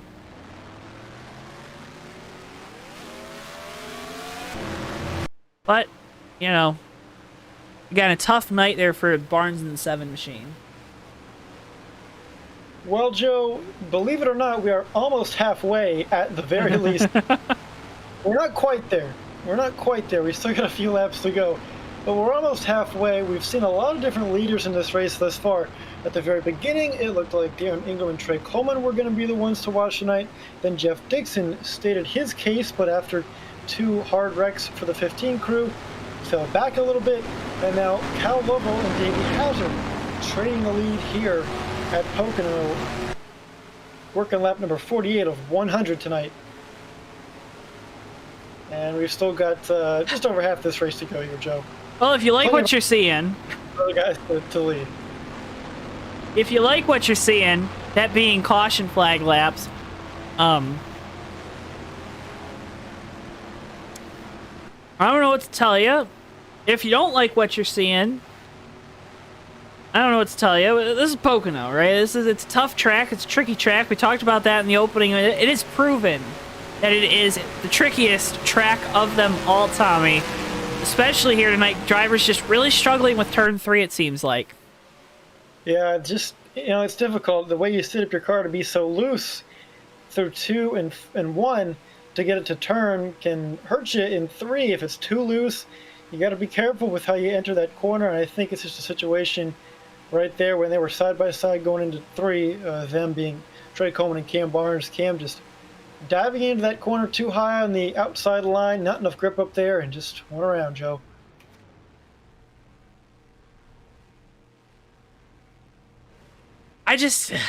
If we keep seeing the same wreck, you got to think eventually these guys are going to figure it out, right, Tommy? Well, you certainly hope so, Joe. I don't know, though. A long way to go. We've seen races go green for a half of the race go green, like in Talladega, of all places. A couple weeks ago, we'll see if we can get one of those magic hats here tonight for the second half at Pocono. Try to get you some Rolex 24 updates here in a second. That race going on right now. You're taking the time to join us here on JTN. Thank you so much for doing so. It's just late on a Saturday night. Love it when or it's a Sunday morning now if you're on the East Coast, actually. The clock has ticked over to 12. Or if you're anywhere else in the country, it's a late Saturday night. We're done with the first month of 2021. I don't know if that's a good thing or a bad thing at this point, Tommy, but feels good to be calling a race here for the USORL. Definitely does, Joe. Actually, January 30th, shout out to my villager Fluffy, Animal Crossing. It's her birthday today. Shout out to Fluffy, was that? That's right. Happy birthday to you. Happy birthday to you. Happy birthday, Fluffy. Happy birthday to you. Thank you, Joe. That is much appreciated. And also a birthday shout out to Jack Healy. It was his birthday just a couple days ago. You're not here in this race tonight, Joe. We saw him win at Talladega a couple weeks ago to get his first ever USORL Cup Series victory. It was his birthday a little bit ago. So happy birthday to him. Shout out. Jack Healy. Fellow Bills fan out of Dublin, California. They just breed you Bills fans out there in California, apparently, huh? They sure do. I don't understand it, but they sure do. Well, let's see if we can get a good restart here. We've had them all night long. We'll see if we can get more than a lap in. Davey Hazard with control. Cal Lavaldo is inside. You've seen it a lot tonight. We'll see if we can see a little different scenario at the end of this thing. Into the restart zone we go. Green flag. We're back racing from Pocono. Who's back in the pack, guys, searching around for the best line to take into 1. Davey Hazard with the lead, Coleman in second, Cal Lovell in third. Oh, Cal taps the apron a little bit. That's going to allow William Page to get through inside, make his case for third place up here. Trey Coleman diving low to give that 42 car some draft. And indeed, the 42 car of William Page is up to third place. Well, Trey Coleman diving low to make a pass on Davey Hazard for the lead.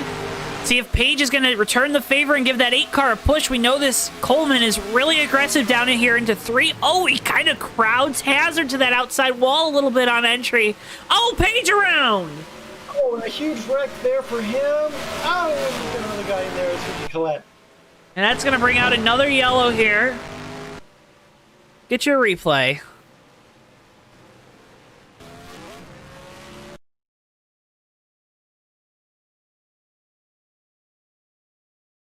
Looks like the rear end locks up, Tommy. Like the right rear locks up. That's a classic incident to happen in turn 3. and that'll do it. I mean, wow. Boy, you gotta hope he's okay there. That's quite the... Oh,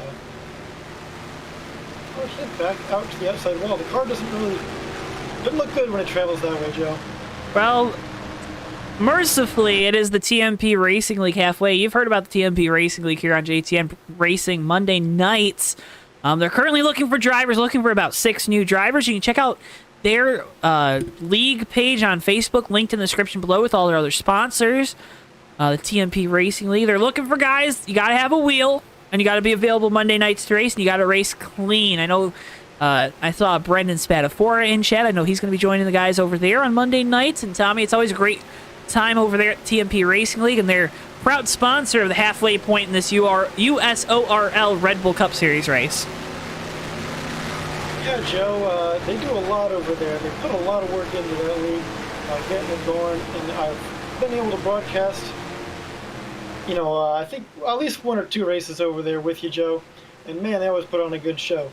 Thanks to them, especially for sponsoring the halfway point. Indeed, Joe, mercifully, we are there.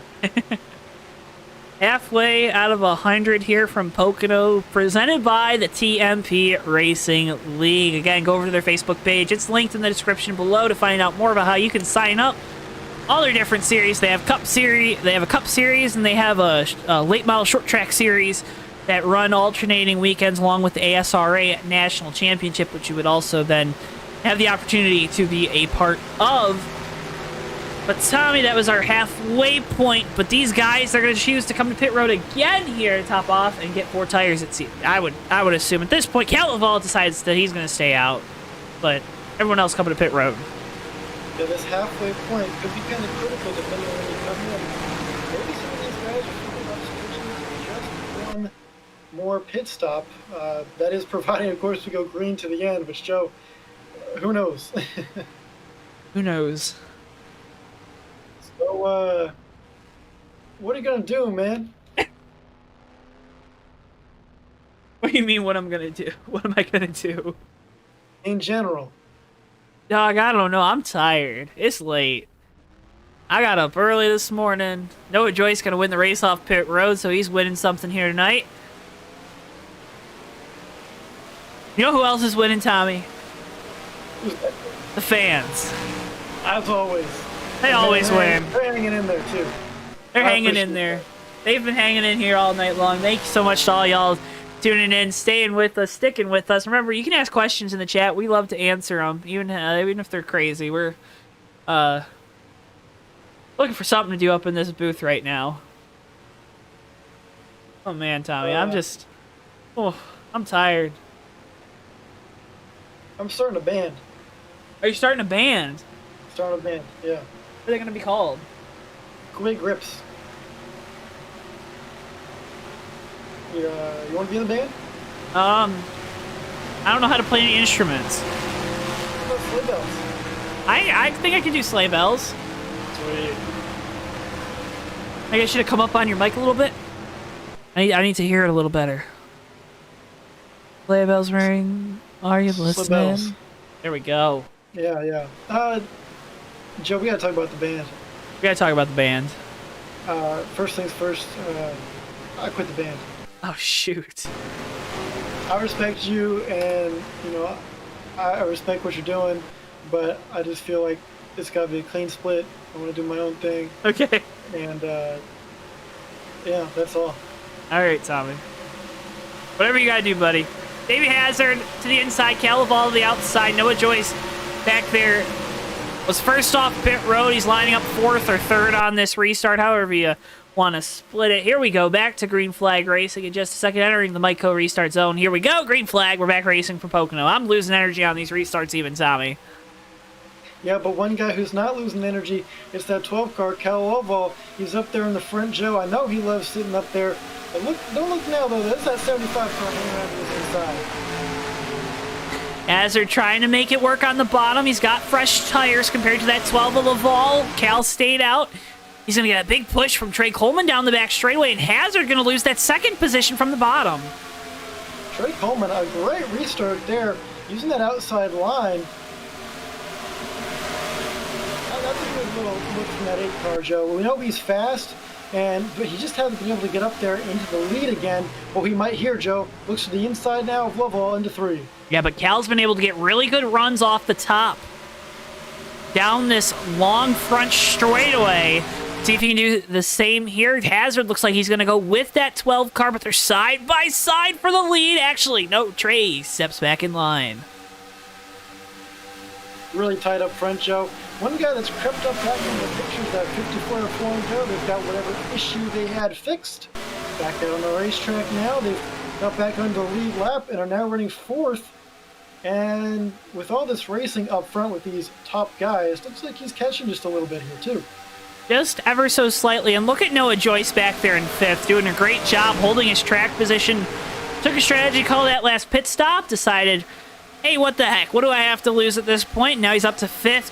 Again, track position tonight here at Pocono. But Coleman looked like he was going to be able to try to make a move on Laval for the lead, but now he's slipping back into the clutches of the 75 of David Hazard. Yeah, really impressed with the pace that Cal Lovell's been setting. I saw Trey Coleman look like he was going to set sail earlier in this race, but Cal Lovell's rose to the challenge, and I think at this point in the race, he's a little bit faster than Trey Coleman. I mean, obviously we saw right there just a lap ago, but so far, that 12 car looks like he's going to be the one to beat. We thought he was going to be the one to beat on Monday, and he was.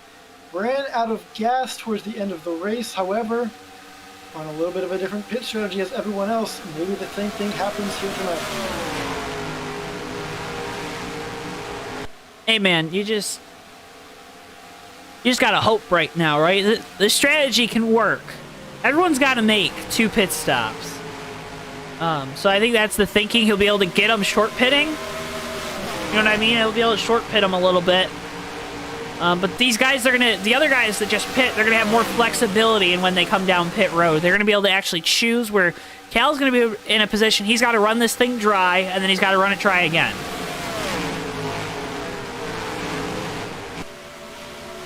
Well, I hope that 15 car of Jeff Dixon's not running his fuel tank too dry. It might be leaking out the back there. I don't know. But for that 15 car, it's an incredible comeback so far. He's back into the top 5. Sans rear end. And up front now, Trey Coleman, he's looking for the lead again on Cal Lovell. Right behind him is Davey Hazard. He's pushing him down the short chute. Yeah, Hazard all over the back bumper, that number 8 car. It looks like he's going to try to push him through here. Through 3. Cal doesn't go as high through this corner. See if he can get as good of a run off the corner. He's going to have a push from Guangzhou down this long straightaway. We're 2x2 for the first top 4 spots. Oh my. Oh! Everywhere, one up and over.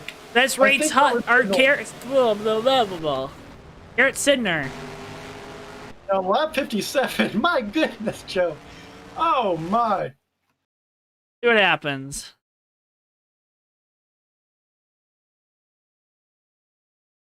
Ray Tustin goes around in turn 3 for the first time tonight. Ricky Collette gets run into from behind. Sends the 98 around. Then Dalton spins out trying to avoid the wreck and makes contact with Sidner. That sends Sidner's car on its side, but he manages to land back on all 4 wheels. Good job. Boy, that supplement car's been quite a lot this race here, Joe. Just a little bit.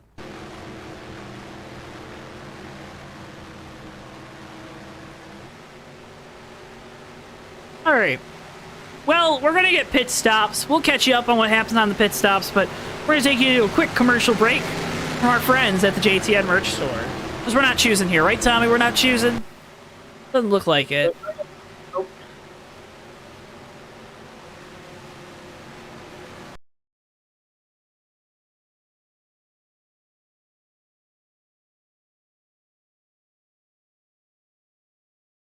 Thank you, Joe. So I don't know if you guys know this, but the life of a USORL Red Bull Cup Series driver is hard. So when I want to wear something comfortable, stylish, and shows my love for JTN, I usually head on over to the JTN merch store. Whether it be for some clean fits, the classic JTN logo tees, some great car designs, or even our new Fake Racers podcast merch, that's me. I know the JTN merch store has me covered, literally. Also, starting tonight, we're introducing the Season 7 USORL on JTN schedule t-shirt, highlighting the entire schedule and the races that will be broadcast live on JTN. Alright, so now I have to go back to doing the straights and the lefts and going the fast and stuff. But make sure you check out the JTN merch store and buy some of that sweet, sweet JTN merch. Thank you.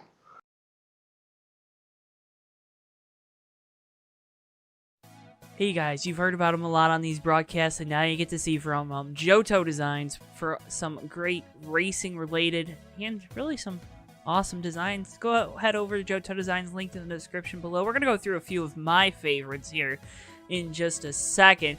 You got the Bad Year 2020 tees. It says $19.99 on your screen. They're now $18, so go check them out.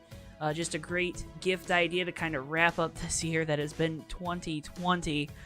You know, racing related. So, cool logos there. You got hoodies, tees, long sleeves, because again, it's getting a little chilly outside. Now you got the Hammer Down Quarter Sprint tee with some JoeTow Designs markings on it. It comes in a couple different colors for you as well. They're just a t-shirt. They're $18. Again, great quality designs on quality products. You got the Push the Cushion Sprint Car shirt. This one comes on a tee and a hoodie. Again, a couple different color options for you. So that takes care of our dirt racing fans. Don't worry, IndyCar fans. I didn't forget about you. You can check out the Belle Isle Grand Prix poster here. It's a great little poster. It's retweeted by the Belle Isle Grand Prix on Twitter. So just saying, it's pretty cool. It's got some clout. But my personal favorite, it's the Puppy Nap Time tees. They come in some really cool colors here. This light pink is actually one of my favorites. It's a nice, cool color. Nice, relaxing color for when you want to take a nap with your pup. You also got hoodies because, again, it's getting cold outside. And, ooh, who doesn't love to sleep in a hoodie on a nice, cool day? But, again, use code JTN2 at checkout for 10% off. JoeTow Designs, linked below. You've heard about them. Go check them out. Give them a try. Some great designs there. JoeTow Designs. And back here from Pocono, thanks to our sponsor, JoeTow Designs. You can check out the link in the description below for JoeTow Designs. Use code JTN2 at checkout. Cars just choosing here. Hazard won the race off pit road. He's going to have the outside. Cal Laval to the inside. Jeff Dixon third. Fourth, it's going to be the 8 of Trey Coleman. And then behind them, Huang Do and Darren Ingram starting to make his way back up. Noah Joyce, John Peterson for the first time. We've said his name tonight up here in the top 10. And Zach Krastowski, William Page rounding out said top 10. Get ready to enter the Miteco restart zone. Hazard with control of it.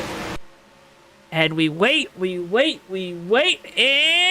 here we go. Green flag back out at Pocono. Tom, green flag right here, Joe. Soon enough, it's going to be just 40 laps to go. And at that point, Joe, we start getting in just one-stop territory for sure with these guys. So strategy can come into play here, but it also depends on when those yellows fall. It's been often so far, but I don't think it happened. Right now, Joe, considerable spread between these cars, and it looks like we already have another yellow out on the racing track. Yeah, it looks like John Peterson around in turn 1. Let's get you a replay. This is at least a little different from what we've seen tonight.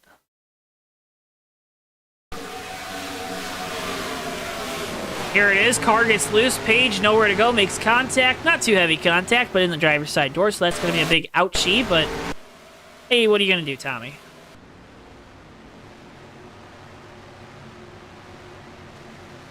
All right, well, while we have the opportunity, let's bring in a special guest. He's familiar to the JTN booth.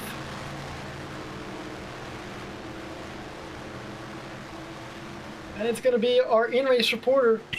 Here he is. Thank you for joining me on Tommy's World earlier. Wait. No, you got to go like this. Well, actually, yeah, introduce. Sorry. Wait, what? Here he is, Davey Hazard. Hey, Davey Hazard. This is JT and TB up in the booth. You got a copy? What's going on? See, that's how it should have started, huh? Yeah. I guess it should, yeah. Come on, Tommy. Not bad. Ugh. Well, hey, here you are leading the race here.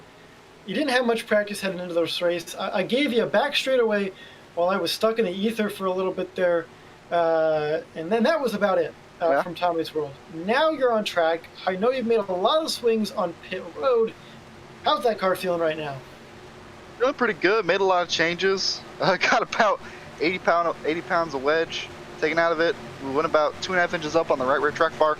And we finally got this thing feeling pretty decent. Cal's going to be really fast. Ray's going to be tough. And all these guys, I think, are a little bit faster than me, but I'm just annoying enough, and the pit crew has been on it today. I think we might still have a shot here heading into the final stages of this one. Yeah, Davey, with as little practice as you've had, it is quite impressive to see what you've been able to do. But of course, that's something new for Davey Hazard fans out there. Talk a little bit about all these yellows. Are they mentally fatiguing you? Because long green flag runs, sure, maybe physically, but boy, all this pacing's got to take a toll on that mental status for you. That first little green flag run we got was a really good head setter. All these yellow flags right now is just getting me psyched up for the end of this race. It's just always on edge, always amped up for a restart. It may be fatiguing to some of these guys, but for me, I'm just as amped up as I was at the start of the race, but this time I actually know what the heck I'm doing on this racetrack. So I've had a lot of success here, so I gotta thank that for this, but I mean, you know, we'll see where it comes. Hopefully we get some green flag runs here shortly for the viewers at home. But right now it's a little, you know, is what it is. Just gotta roll with the punches here when it's like this. Well, Davey, thanks for joining us up in the booth. Good luck here on this restart as you decide to choose that outside line. Go get them here. Yes, sir. Thank you, guys. See you guys after the race, hopefully. That was Davey Hazard, driver the number 75 Adidas machine, Tommy, and he sounded okay with all these yellows. Seems like he's got himself psyched up, ready to get going here.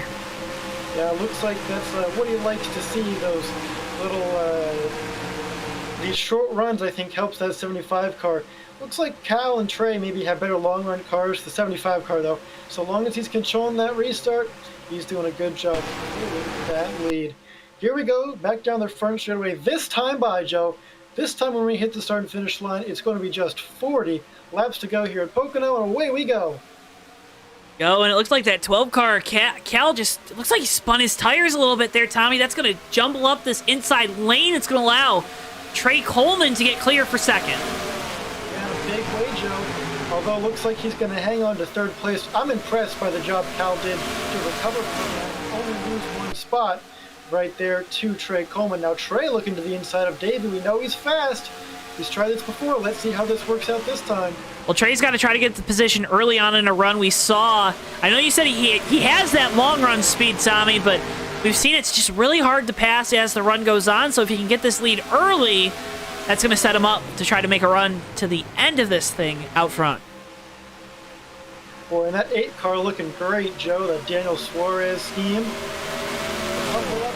Chevrolet Camaro looking great out there. You like bouncy Right now, houses? I love bouncy houses, Joe. I'm and trampolines, too. Whew. Big fan of trampolines. Those trampoline parks, that's something I want to go do once everything gets back to normal, but bouncy house would be nice. I'm right there with you. Hey, check it out. This is probably as much fun as you're going to have in a bouncy house. This fight for the lead is incredible right now, Joe. Side by side and off of turn number 1. Down into 2 right here. Just going to slow him down. Might be an opportunity for Cal Lovell. Yeah, if Trey slips on the bottom, it doesn't look like he clears them, so he doesn't slip on the bottom, but that's a position where if that 8 car, if that guy on the inside has a little screw up, it's really going to allow that guy that's running there behind the 2 that are side by side through the tunnel to pounce and make a move coming off of turn 2. But now Cal trying to get into second place, work his way around the 75 of Davey Hazard. Looks like Davey on the back foot a little bit out of 2, but he had a good exit through 3, clears the 12 car, and makes sure of it going into 1 that he has that spot and is able to take in the 3rd line, trying to chase down Trey Coleman once again. He's got his sights set farther back. Cam Barnes and Darren Ingram side by side. Cam gives him the spot, and Huang Zhou and William Page side by side here for the 5th position, go down into the tunnel.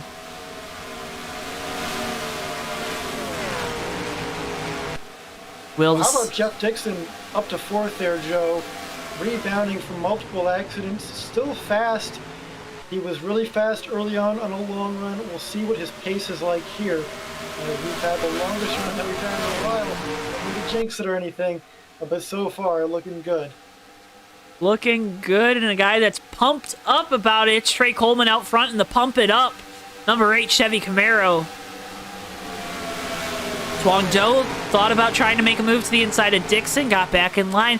I'm noticing these guys, Tommy, they're really... it's not that they're calling out their moves, but they're trying to see if they can get the guy in front of them to, maybe make a block that's going to put them at a disadvantage instead of trying to make instead of trying to make that move to get an advantage. Trying to put the other guy at a disadvantage, rather. Well, one thing that's critical to having a good lap around Pocono is your entries. You really, really, really have to focus on making sure your entries are perfect and that the line you take is most optimal. Because if you get a bad entry into one of the turns here, it just sets up the rest of the, might I say, quite long corners here up pretty badly. So yeah, really crucial to have the right entry. And they're just trying to get that car in front of them to just, maybe take a wrong move there on the entry and mess up the rest of their turn. So far though, Joe, not a foot wrong from Trey Coleman up front.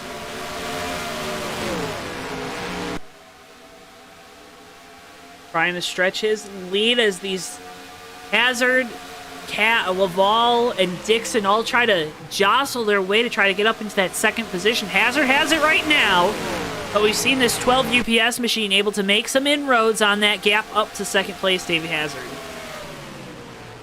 So one thing to mention at this stage in the race, I believe it's going to be a one-stopper from here on out for these guys, for all these guys. Maybe a little bit of saving necessary, though. Either way, we're very, very close to that pit window for just one pit stop to go. Further back, Zach Krastowski trying to make a move on Ray Tustin. This for the 8th position. See if Zach can make the move going down into turn 1. We haven't talked about Ray tonight, and that sticker is number 18, purple car.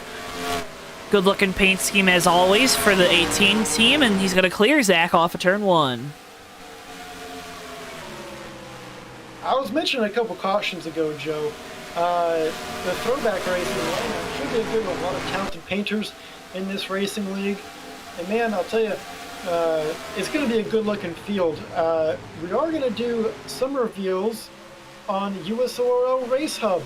That's right, it's going to be a new show coming out on JTN coming up in the next couple weeks here before that Atlanta race. I'm putting it together. We're going to have a radioactive segment. We're going to have point standing race recaps. It's going to be great, Joe. It should be a lot of fun. Can't wait to share that all with y'all. But man, that's going to be your one-stop shop for all the thrills and spills at USORL. Look out for USORL Race Hub. Over to JTN. It'll be a great way to keep up to date, especially for the races we don't broadcast here on JTN, to stay up to date with everything the happenings in the USORL. And if you want to stay up to date with us here at JTN, here's your upcoming races presented by TWB Technologies. TWB Technologies, together we're better.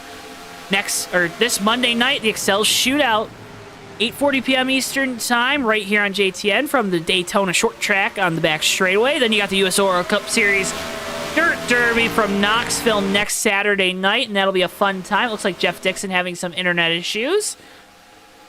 Then the following, that throwback race from Atlanta, where, leading up to that, we'll be unveiling some paint schemes on USORL Race Hub.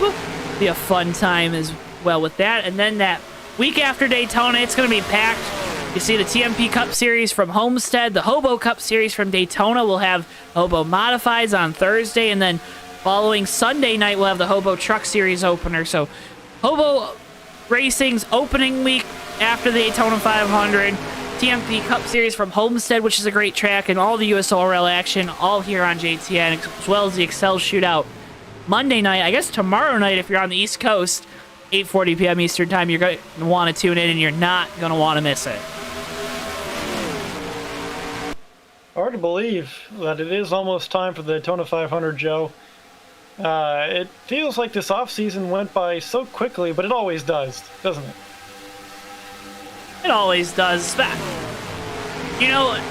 was so burned out at the end of last racing season with racing, it felt like. I feel that way with everything. I'm kind of burned out on football right now. We got the big game next weekend, of course, but man,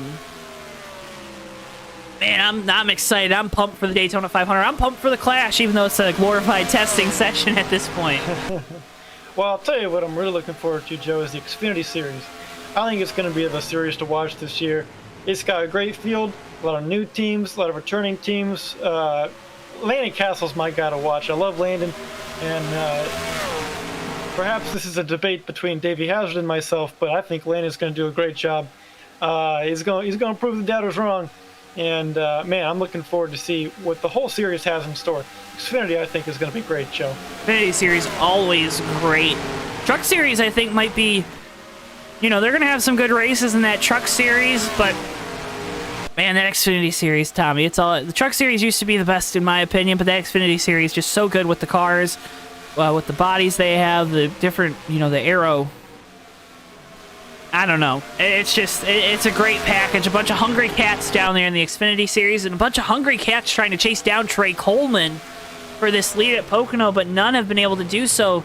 Wonder if the 75 of Hazard's kind of holding these guys up a little bit, Tommy. He talked about not having the long run speed, not feeling as confident, not getting a lot of practice.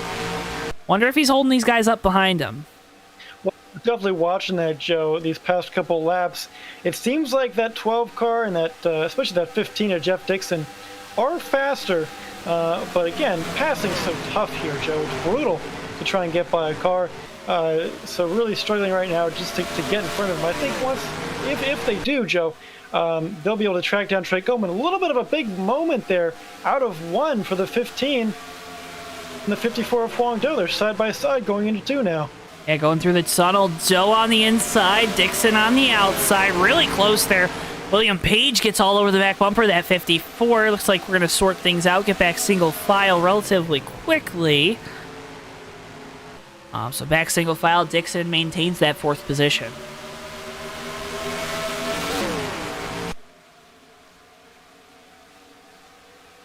Big breakaway between these top six. You've got the lone wolf back there, Dan Ingram, about 3.5 seconds behind our leader. And then the back of the pack there, being led by Zach Kostowski, Noah Joyce, and Ray Tustin. Those guys ran out your top 10. There you see him, Garrett Sidner sitting back there in 11th, Ricky Collette in 12th, 13th, Jesse Dalton, 14th, Cam Barnes, Sean Whitehill back there in 15th, 16th, Antonio Ruiz. Cam Barnes is in 16th. Move everyone else up a spot. But Mikey Murata, Austin Spencer, both retiring, as well as John Peterson. I'm missing one other guy. Murata as well. Steven Merzlak retired. Merzlak in the Ford blew up. That was a tough wreck there, but... well, when it's not your night, it's not your night, right? Yeah, Joe, one guy whose night it is so far has been this 8-car Trey Coleman. Really fast, been up front all night. Not necessarily leading, but at least hanging around. Once he took that lead over from Davey Hazard, he's been setting sail. The gap has been relatively consistent, but he's just inching his way away from the rest of the pack. Well, the commonality between Trey's stints at the front of the field is... They've been these long green flag runs. This 8-car just really, once he can get into a groove, he's just able to kind of pull away from the rest of these guys up here in the top 5 that we know have speed, but they just haven't been able to catch him. Currently a half a second back. They're within striking distance if something is to happen to that 8. If he gets a little bit closer to that wall, you saw right up on it, squeezing it a little bit off of turn 3, but they're within striking distance, but just doesn't seem like they got enough to get up there, Tommy. Right, but I'll tell you, some good racing back in the pack actually here between this kind of second group of Ray Tustin, Zach Kostowski, Noah Joyce, Sidnor, Dalton. So there's some racing on track here, Joe. Just back a little ways from our leaders anyway. You see Kostowski making a move to the inside of Tustin. This for the 8th position. He makes the pass through turn 1, so move Kostowski a little more solidly up into the top 10. Tustin there in 9th, and 10th, Noah Joyce. Joyce having a good run for this 3-car. They just need to make it to the end of one of these races, Tommy. Oh, a little bit high in turn 2 there for the number 1 car, Kostowski. He brushes the wall. That's going to let Ray Tustin have a shot at it, and Ricky Collette, dives it into turn 3. Things getting a little sketchy now here, Joe. Yeah, he saw something there. Is Tustin going to be the first guy to come to pit road? The right side of that car looks like a Snickers bar that you get on clearance, but... Ooh, that was a scary moment seeing that 98 just dive it down into that corner. So there is Ray Tustin, our first taker, about 15 laps after he first hit. So it may be, unless they can extend it. For some of these guys, I think they might have to be making a two-stop strategy here, Joe. I think the majority of people are going to try and extend it, though, and just do the one. Either way, Ray Tustin, an outlier so far, the only one to come down pit road. Davey Hazard really loose through turn 3. Also, Jeff Dixon, the same. But Dixon able to keep the momentum, looking for this third position on Cal Laval. See if he can make it work going down into turn 1. He's got a big push from Huang Do. Move Jeff Dixon up into the third position. Oh, no, never mind. Don't move him up into that position. Cal's holding strong on the outside. They're side by side through turn number 1. Now move Dixon up into the third spot.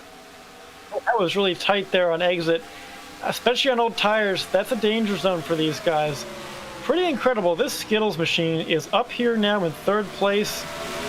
About 50 laps ago, Joe, it seemed like his night was almost over after 2 back-to-back accidents. Heavy damage to the rear of that car, but everything seems to be intact up front. And speaking of up front, Trey Coleman leading the way and is going to make his first pit stop under green flag conditions of the night. Let's see how it goes. His whole lead pack comes in, Joe. Everyone coming to pit road. Cal screeching the tires, trying to get down to pit road speed. He's going to have to get in behind the 75 of Hazard. We know Hazard's going to be the first guy into his box. He's got the one all the way closest to the end of pit road. It goes William Page behind him, actually, but these are our leaders pitting. And Tommy, this puts them outside the window to make it to the end of this race. It looks like they weren't able to make it, and they're going to have to save a lot if they were going to be able to make it to the end, though, Joe. So I think this is going to be a two-stopper, except if we have some guys that keep staying out. Maybe a lap or 2 extra, it might put them in that range to actually be able to make it. I don't know, Joe. Looks like Trey Coleman's still going to retain his lead off of pit road. Hazard behind him, but he made up just a little bit of time on entry. Cal Laval losing some time. Jeff Dixon, he's going to come 1 lap later, so you got to assume he's going to have 1 lap more fuel, unless these guys are in the window. But like you said at the top of the broadcast, Tommy, it's 20 laps, so that is, you know, we're a little short of that. We're around 18, it looks like, and there's still a lot of guys out here on track, these guys that have been in the second pack. If they can make it on 1 stop, I think that's the way to go, but you can't give up too much time. It's the lucky part there is it is a big track, right? So you don't lose too much by saving some, right? You can save a bunch of time saving fuel and whatnot, but you know it's not like a Bristol, right, where those cars all of a sudden are right behind you. You've got a lot of mileage in between y'all and the rest of the field, so we'll see how that pans out, Joe. I mean, these guys might have an opportunity to flip this race if it stays green to the end, of course. That Kristowski out front, you heard him turn the motor off. He gets it back on here through turn 3. Gonna try to go around another time, so he's gonna maintain this lead. He's got Garrett Sidner behind him in that 16, that silver and green machine. The Cam Barnes a lap down in that red and white car that's directly behind Kristowski, but Dalton and Collette also decide to stay out here another lap, and Tommy, that's gonna move them right into this window. Without Joe, I think if they can make it to pit road right here without running out of gas, then they're going to be right there. I mean, they're going to be right there, Joe, if this thing stays green. Now, is it going to matter in the end? Are those old tires going to be just too old compared to the fresh ones that these other leaders who had already pit can put on? I don't know, but if they have any shot at winning this race, I think it's going to have to be a strategy call like this. I like the move. It's at least worth a shot, Joe. Well, especially when you were so far behind now. We were talking about how far behind they were. Tommy, were they saving gas from the start of that run? Well, it could have been, Joe, and that might explain why they were so far back. They certainly are saving gas now, though their pace has slowed down significantly, but not too far off of what they were running before. This is a good move here, Joe. They're going to cross the stripe with about 20 to go. It's going to be close, but they have a shot, Joe. They have a shot. And Jesse Dalton and Ricky Collette both decide to stay out, so they're going to have that extra lap here. JJ Dalton. Jesse Dalton. They stay out. Which one is it? Jesse. Jesse. What? Man, I got to trust my sheet, but... And by my sheet with all the driver's names. My piece of paper. Staying out this extra lap, Tommy. It's gonna. This 99 is gonna be in a good spot here to make it to the end. I don't know. He's Really far behind, though, our leaders. Yeah, that's the one thing you gotta think about too. I mean, it's tough, Joe, because at some point, even though they're way back in the pack, or you don't know. I mean, maybe that extra pit stop that you're saving yourself from doing won't even matter at that point. But either way, Joe, I'd say at this point, it's worth a gamble. Yeah, so Trey Coleman's going to retake the lead here. There you see the 8 car. He's got Davey Hazard, Cal Laval behind him. These guys, I don't think they're in fuel-saving mode. William Page back there in 4th. Wong Do in 5th. And then 6th, it's going to end up being, looks like Darren Ingram, 7th, Ray Tustin. Noah Joyce back there in 8th. 9th, Garrett Sidner. 10th, Zach Krastowski, Cam Barnes. Antonio Ruiz, did he stay out? Oh, he pit already. He pit with the main first pit stop. Speaking of those main leaders, I mean, they have the opportunity here. They don't have to save anything. In fact, Joe, I think if they do anything, they could just go as hard as they possibly can and short pit and get themselves to the end, no problem. I mean, I think that's the winning strategy for them. And depending on how things go, that might actually be the way to do it. Not only do they have just the general track position advantage over these guys that have saved fuel, but of course the pace that they're going to be able to run will be blistering compared to those who will have to save. I just worry about making an extra pit stop, Tommy. It's one extra opportunity to make a mistake at the end of this thing, but if these guys saving, if there's a caution, say, right? We got a caution at the end of this thing. There's just Dalton around in 3, as well as Darren Ingram. Oh, no. Nobody comes. We stay green, Joe. I don't think that's going to affect it, but that's going to probably put... I think that was Ricky Collette, actually, that I was watching. It's going to put somebody in a bad spot, at least. Let's see what happens here. Like, Ingram just goes for a spin down here in 3 like we've seen tonight with everybody. Just car gets loose down on that flat end of the track. It's down out of the way, and then Dalton also doing the same thing on the entry there. You see it on the replay. There's Ricky Collette, sneaks through.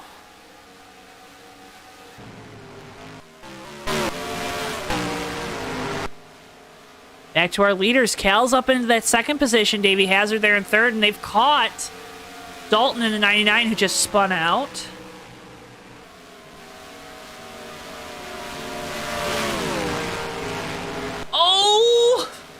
Oh, no, Joe. Oh, that was not good. That was...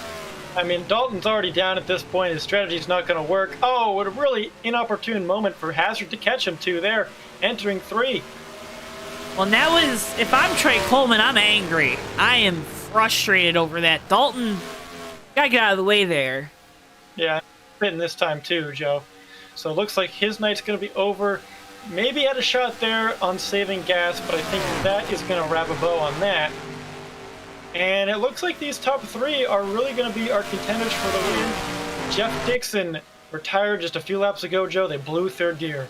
Oh my, that's a tough break for that 15 car, and we thought maybe they were going to be able to make it to the end if they could just save a little bit. Not able to do so after losing that 3rd gear, but out front, Trey Coleman starting to extend his lead over that 12 of Cal Laval. I think it's going to come down to these 3, Joe. I think that gap for those guys like Ricky Collette that saved more, it's going to be too much to these leaders. I think the pit road delta, it's not going to really matter. They can make another pit stop and not lose those spots at this point. I think this is your race right here. These 3 up front. Who will it be? I don't know, Joe. Take your pick. I'm picking Trey Coleman. Oh, man, that's who I was going to pick. I'll pick... Man, now you're putting me in a bad spot. You're putting me in a bad spot. I remember Davey always telling me not to pick him because it gave him bad luck. So I'm gonna pick Cal then, because I gotta do a podcast this week, the Fake Racers podcast here on JTN with Davey Hazard, Joe Twainski, that's me. So I'm gonna pick Cal. So I don't need Davey being angry at me come Tuesday when we record the podcast. All right, picks are in. So let's go. And Trey Coleman looking to pick up his 2nd win of the season here. Cal looking for his 1st. Yeah.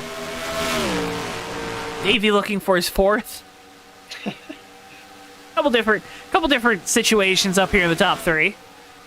15 laps to go, Joe. Looks like we still got 1 round of pit stops left. Well, there'll be a short round of pit stops, right? These guys are going to come down there. I don't.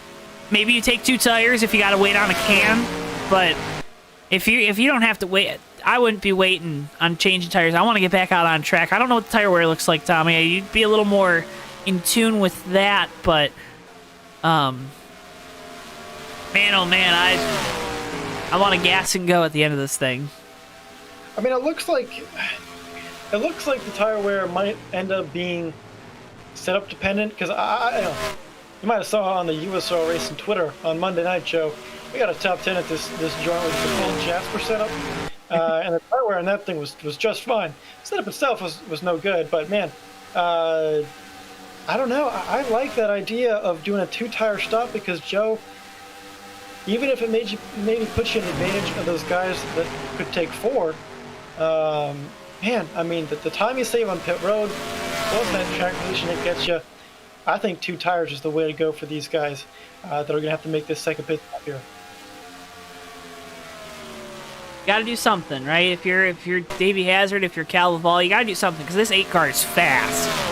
Now, he could just come down, take nothing, take no tires, just splash of gas, whatever he needs to get to the end of this thing. He could do that too, but I'm telling you, you got to take a swing at it. You got to do something. Yeah, you might as well, Joe, because I don't think with the pace he's setting that you're going to catch him. And even if you did, I mean, how are you going to pass this guy? So definitely, Joe, I think they've got to try something different. But of course, that might all go out the window if Trey Coleman decides to take 2 tires as well.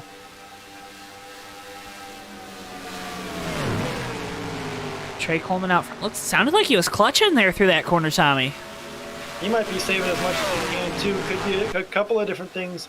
I don't know if he's trying to save that fuel and try and make it to the end, or just try and put as little fuel as possible into that pit stop and maybe go with no tires.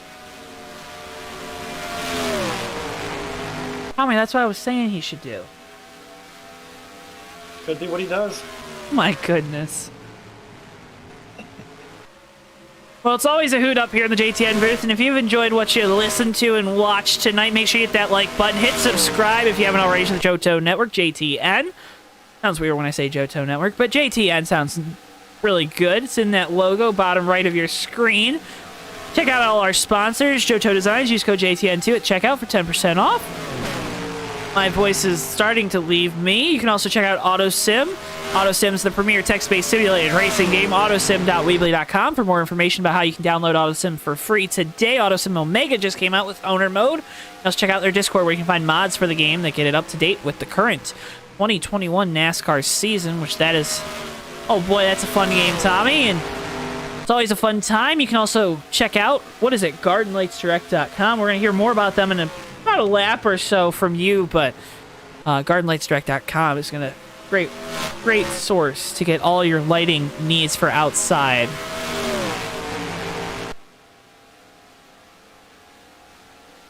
Well, we're almost there, Joe. Just one more lap. I know. Things have actually bunched up, though, up front. Davey is right on the tail of Cal Lovell, and they've caught Trey Coleman just a little bit here while they're all saving. I wonder what those strategies are. What's got to be going through the heads of those crew chiefs and those drivers? They've got some options, Joe. That actually makes the end of this race kind of interesting here, because there's a lot of different avenues you can take. Do you think Cal and Davey are of the mindset that they're going to have to work together to get by this 8 car? Possible, but Joe, I think at this point it's every man for themselves. I don't think they're considering one another at this point. They're just trying to think, how can I beat both of these guys? How can I win this race? That's the question being asked right now. As we're coming off turn 3, Trey Coleman, your leader, Cal Laval in second, and Tommy, it's your favorite time of the night. It's our TWB 10 to go. That's right, folks. It is the TWB 10 to go, and on behalf of TWB, I'd like to advertise Garden Lights Direct. GardenLightsDirect.com, from porches to patios and more for all your outdoor lighting needs. Go ahead and visit GardenLightsDirect.com. That's GardenLightsDirect.com. GardenLightsDirect.com. Once again, GardenLightsDirect.com for all your outdoor lighting needs. That is your team to go. Love Pocono, Joe, because they got so much time to spell it all out. Well, TWB always a great partner for us here at JTN. You saw them in Tommy's World with TWB Airlines sponsoring Tommy's World segment, and right now it's a little lonely out there for Trey Coleman as Cal Laval and Davey Hazard come this time to pit road. Well, that's a pretty bold move. I think that's what they got to do, though. That's a smart move. I don't know if Trey's going to try and save to the end, but if he does, he's at least got a big gap behind him now. On these two coming to pit road together, they're going to have each other's draft. Let's see what they do. Hazard taking right side tires. Cal, right side tires. There it is. It looks like he had to back up into his stall. Yeah, not up, though. I think Davey's going to be able to leapfrog. Although Davey takes 4, Cal also Takes 4. 4. That's interesting, Joe. I don't know if I agree with that, but a great stop for the 75 crew. We're going to leapfrog ahead of Cal as we exit pit road. I don't know. We'll see, Joe. The you couldn't do 4 tires because now you're going to at least give these guys that. Oh, Trey. You're going to give the guys that are going to try to make it to the end, you're going to give them a chance at least here to make it to the end of this race. Huang Zhou, William Page also coming to pit road, so that's the rest of your top 5. If those guys take 2 tires now, Joe, they might be able to make up that gap. It was quite big, but I think if you only take 2 tires, maybe you have a shot at it. Things are getting kind of interesting here at Pocono as we enter the final leg of this race at last.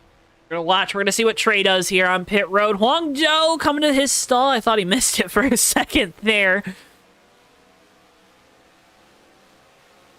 Trey taking 4 tires. I think William Page took 2, Joe. And he's going to make up the ground to Trey Coleman. He's still going to be behind him here. And Trey's not going to be up to speed. He's going to be behind Davey Hazard, who takes the lead. On the cycle, at least. Yeah, on the lead so far. I think that's the winning move right there. I think Davey Hazard has us in the bag. Look at all that traffic around them, too, Joe. Yeah, Cal trying to make his way through the traffic, having a hard time of it right now. He's lost a bunch of time to the 75 at Hazard. Looks like there was some contact or something happened, Tommy, because the back end of the 23, front end of the 23 is all tore up. Front and back of the 18's all tore up. I don't remember seeing that earlier. You know that 23 car has been involved in a lot of accidents tonight, so could just be a product of that. Either way, we've got our 3 leaders here in the midst of a bunch of lap traffic. Davey Hazard leads the way right now after the cycle, but it's actually Zach Kostowski who's in the lead of this race, Joe. Here you see Zach. He's trying to stretch it to the end. We know that's his strategy here. He's got about a third of the track 8 triangle, right? Back to Davey Hazard and to Garrett Sidner. I don't know. I mean, Zach's really got to be saving here. I mean, the hard part is, it's only a couple seconds advantage that he has over Davey, and it's shrinking by the second because that's got old tires and he's got to save. I don't know, but it's going to be an interesting finish no matter what happens. We're going to see it. We know track position's important. There you see that 75 of Hazard, 12 of Laval, and further back it looks like Trey Coleman now trying to make his way to the inside of the 12 car. Cal Laval for 3rd position here on track. 2nd among our pre-pit stop leaders, and he makes it look easy, makes the pass there for that position. Those 6 laps to go. Time is winding down. That gap to Zach really isn't falling as much as I thought it would. Although Davey's setting a good pace, that 1 car, as long as he's got the gas to go, holding steady right now, but Trey is also really catching Davey at a blistering pace as well. Yeah, that 8 car is hooked up right now. We heard Davey Hazard talk about a little worried about the long runs, and that might be coming to fruition here. 10 laps doesn't seem like a long run at Pocono, but that's 25 miles, Tommy. That's a long time behind the wheel of one of these cars on a stint. Long way. Right now, Zach Kostowski, 5 laps to go. He's in the lead. He's hanging on, Joe. Gap came down by about 1.5 seconds, I think, that time. So actually quite a bit more than I thought. The math doesn't work out to him in the lead, but of course, if these guys behind him get to fighting, anything is possible. Well, Noah Joyce doing the courteous thing, gets out of the way, lets these guys by as they continue to try to hunt down this 1 car, Kostowski. Nickelodeon machine. Out front right now, Hazard throws it through the tunnel, trying to make up this ground because he's got to try to get by this 1 car as fast as possible. Bob! blocking. He blocked Trey off of turn number 2. He's going to try to do the same thing down here into 3. Coleman all over the back bumper of that 75 car as they're catching Krastowski at a really bad spot. Oh, they're going to be... Oh, my goodness. And Hazard moves to the point. It's treacherous out here, Joe. I don't think treacherous even describes it, Tommy. Hazard to the point. Coleman second. Caldeval third. Zach Krastowski fourth. He's trying to save fuel to the end of this race, though, so... Oh, no! Trey Coleman in the wall. He blew up, Joe. He blew up? He blew up, and that is going to bring out a... Oh, no. It's green. Self-spin, Tommy. It was a self-spin. It was. I guess it was, and that's going to put Davey Hazard flying. He's setting sail. Yeah. Well, the battle's on for third. William Page trying to find his way around Caldeval, but remember, the 12 car has 4 tires. The 42 has 2 right sides. Krastowski stays out still. Let's see. You bet he does. He's still in second now with all that mishaps there in turn number 1. 3 laps to go.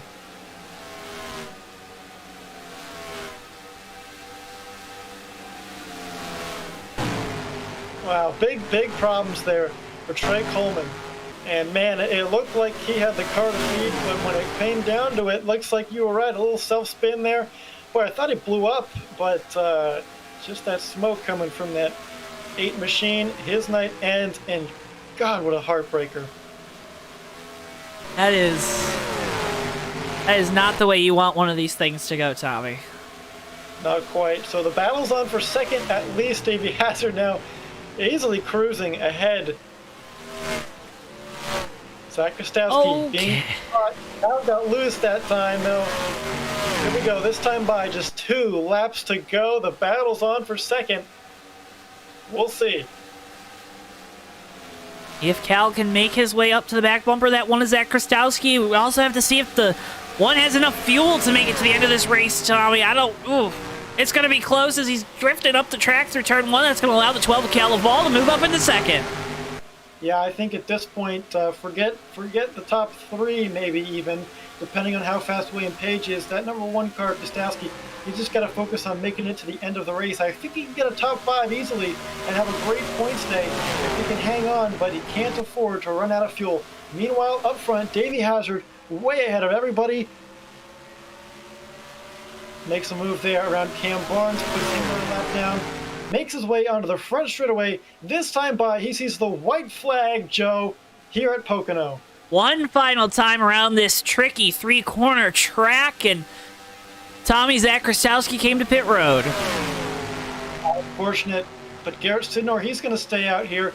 He's looking to have a good finish for himself after being involved in quite a few incidents.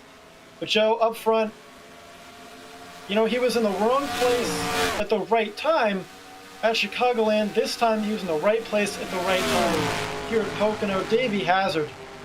He was side by side with me in the Tommy's World car earlier this week. Perhaps a little bit of extra good luck for that 75 crew. The shoe, it fits. I think it fits, Joe. Here we go, around turn 3, one final time. Davey Hazard. Coming off. Go ahead, go. Hey, there he goes. Hazard wins at Pocono. Congratulations, Davey. Wow. I mean, what a marathon of a race. He has survived the Leviathan that was this race here at Pocono. 250 miles later, we have your winner, Davey Hazard. What a run to the finish there. An absolute heartbreak and a couple pits that, you know, Trey Coleman obviously comes to mind, Caldeval. Our top 3, Davey Hazard, Caldeval, William Page. Will be interviewing them in just a bit. Get you your race results. How about that, William Page getting the top 3? Haven't heard from him in a long time. I don't know if he's ever been in the JTN booth. So I don't think he has.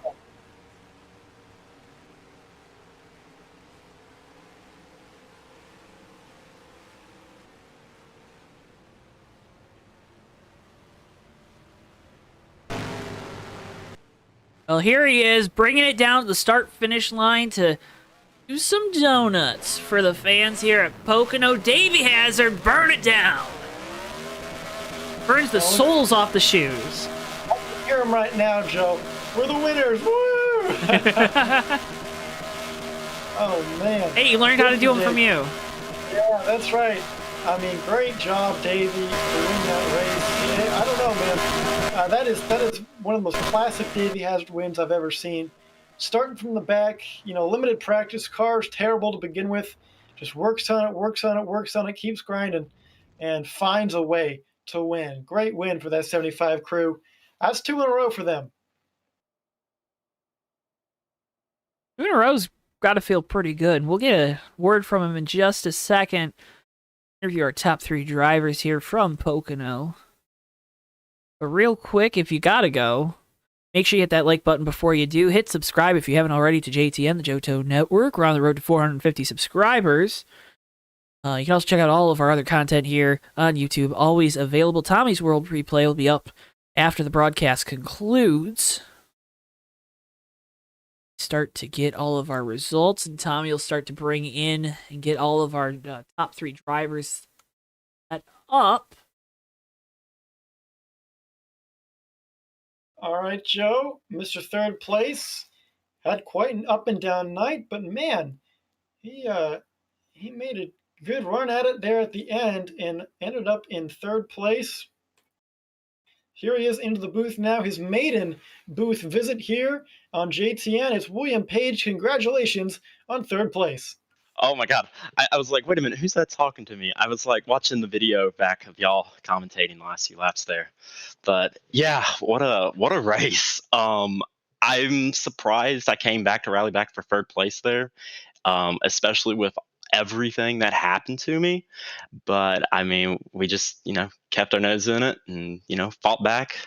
Just can't be happier with a 3rd, honestly. And that's that, really is.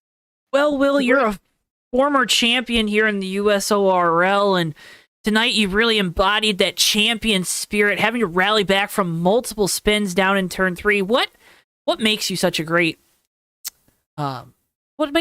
comeback kid?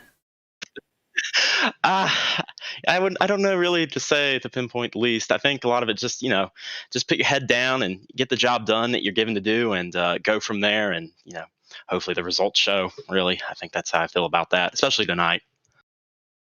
You have imagined halfway through that race, you've been involved in a few incidents. One that hit you to the turn 3 wall. Could you imagine that you would end up here in 3rd at the end of it all? No, not at all. Especially after that one incident where I went head on into turn 4, and I thought the car was dead after that. But I brought it into the pits, and they were like, "Oh, you're good to go." Didn't turn the motor off, and I was like, "Well, we'll see how this works," and just kept charging. Well, you kept charging all night, Will. You charged all the way back to a 3rd place finish after what was a long, crazy, grueling, and a lot of senses of the words race. But before we let you go, Will, anyone you want to thank, shout out. Just my team, IPA, Darren, John. I was talking to John earlier today on the phone. I had a little conversation with him. But other than that, just my guys there and whatnot. And yeah, just a good race, good night. Trying to show up for the rest of the races this season. I know I've missed like 5 or so races, but I'm pretty determined to make the rest for the season. Well, that's something we like to hear, and we can't wait to hear more from you throughout the season. Bristol, of course, says hello. Hey, Bristol. Have a wonderful rest of your night. William Page, driver number 42 from Ingram Peterson Autosport. Congratulations on the 3rd place finish tonight, bud. Thanks, guys. Appreciate it. Well, Joe, that was William Page. Very happy William Page, of course. Good finish for him, and like you heard, some more races to come. So hopefully some more visits to the booth for that team. Now, 2nd place is going to be Cal Lovell. Cal, boy, close to a Pocono win again. Let's bring him in here and get his thoughts on tonight's race. Well, like you said, go ahead, Tom. First team, all UPS pre-packaging or whatever they could call you. Boy, it doesn't matter where he is. One of the greatest guys around is Cal Lovell. We love you here, Cal, but you came up short again. Oh, you How can does it feel? continue. I was going to say second place. Boy, that's gotta hurt after you knew you Yeah, were. it was frustrating whenever Trey blew up because that kind of ruined my shot at a battle for the win. But it was a hard fought race overall between me, Davey, and Trey. And it's unfortunate that Trey blew up because we would have had a great battle at the end. And my plan was to let them go at it and maybe clean up the mess at the end and hopefully had a shot at the win there. But that didn't turn out the way I wanted to. Well, I mean, talk about this. It was a long, long race tonight, and physically, for some of these drivers, I know not you because you're a macho package lifting man, Oh, I'm sure. but talk about the mental fatigue that it might put you in, all those caution laps. Oh, you just got to keep on thinking each caution, and I tried to stray away from that. I try to focus on the next restart and focus on the first lap after the restart, and I was like only the only car that did not wreck tonight, and I'm proud of that. So. Well, Cal, as that race was winding down, you had a fan club in chat, Steve Rubino writing in hello. But Hello. you had a wonderful, wonderful race. What goes into, though? Tommy talked about it.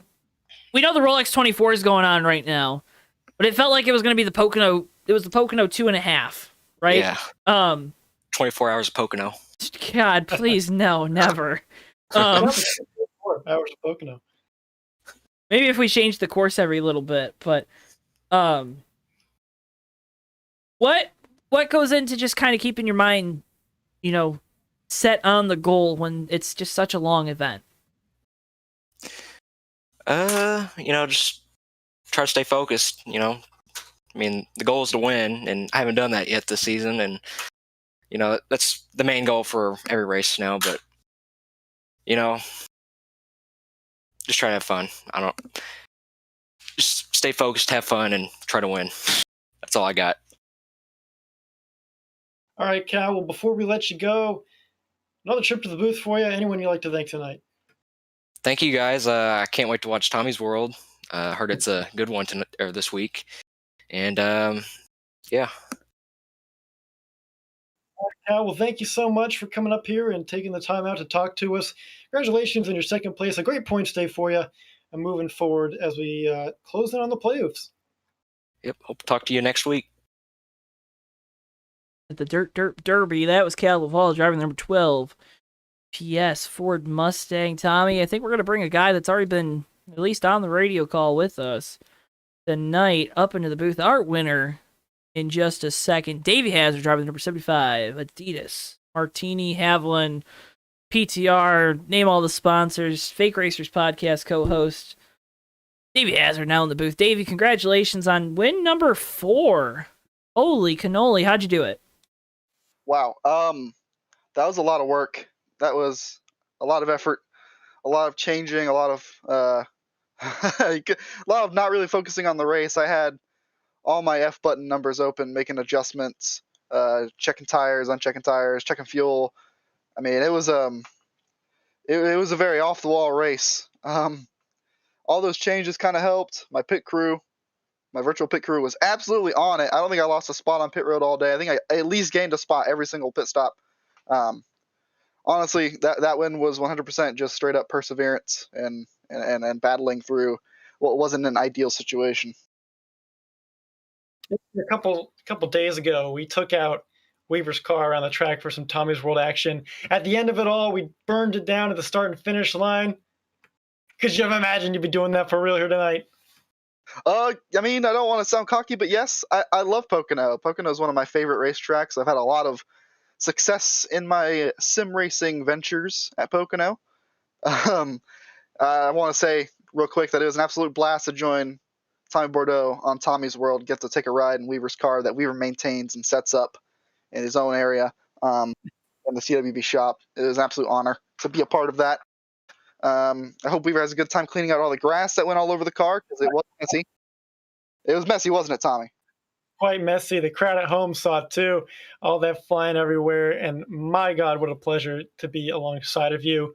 in there, and great to have you back up in the booth.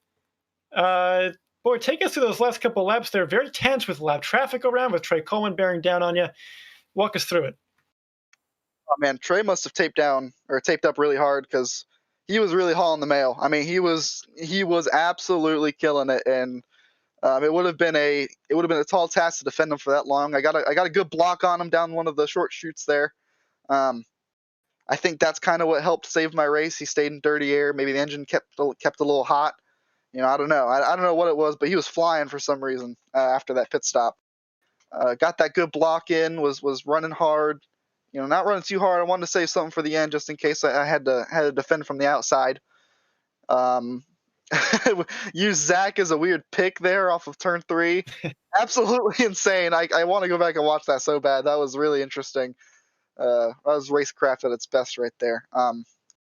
And then once Trey blew up, it was just a matter of conserving and keeping the car all 4 corners on it, not knocking down the wall, and we were able to do that. Well, able to secure win number 4 on the season tonight. Second televised win here on JTN. Davey Hazard. Before we let you go, Davey, anyone you want to thank? I want to thank everyone that I know that was watching the stream. Thank you so much for supporting and checking it out. One of these days I'll be able to do it on a screen that isn't virtual, but we'll get there. But absolutely thank everyone that I know. Thank all the PTR guys, everyone at the USORL and Fast that is in the PTR stable.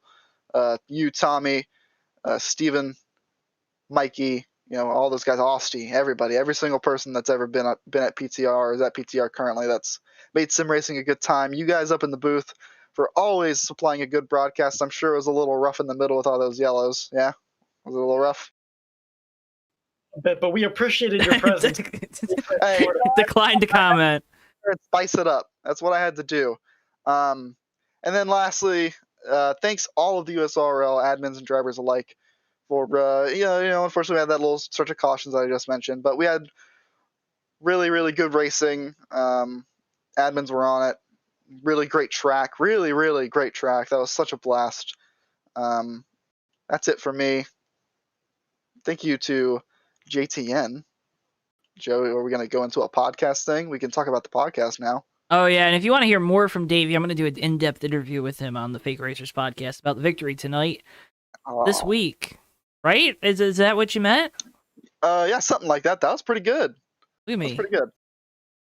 Absolutely check out the Fake Racers podcast, by the way. I'm sure you've been told that enough, but do it anyway. Hey, man, there's a bunch of great episodes up here Davey and I have worked on, and Davey's done a great job of being a fantastic #1 co-host in the freaking world on the Fake Racers podcast. You should tune in and watch that, and a new episode coming out this week, Tuesday or Wednesday. Couldn't agree more.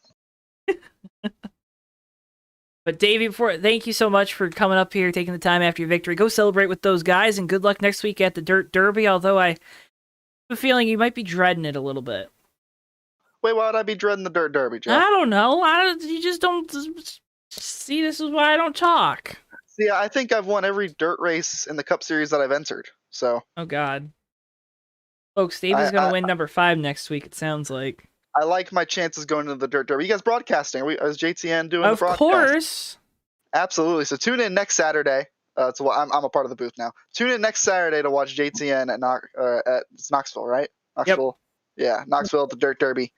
That's gonna be a fun race.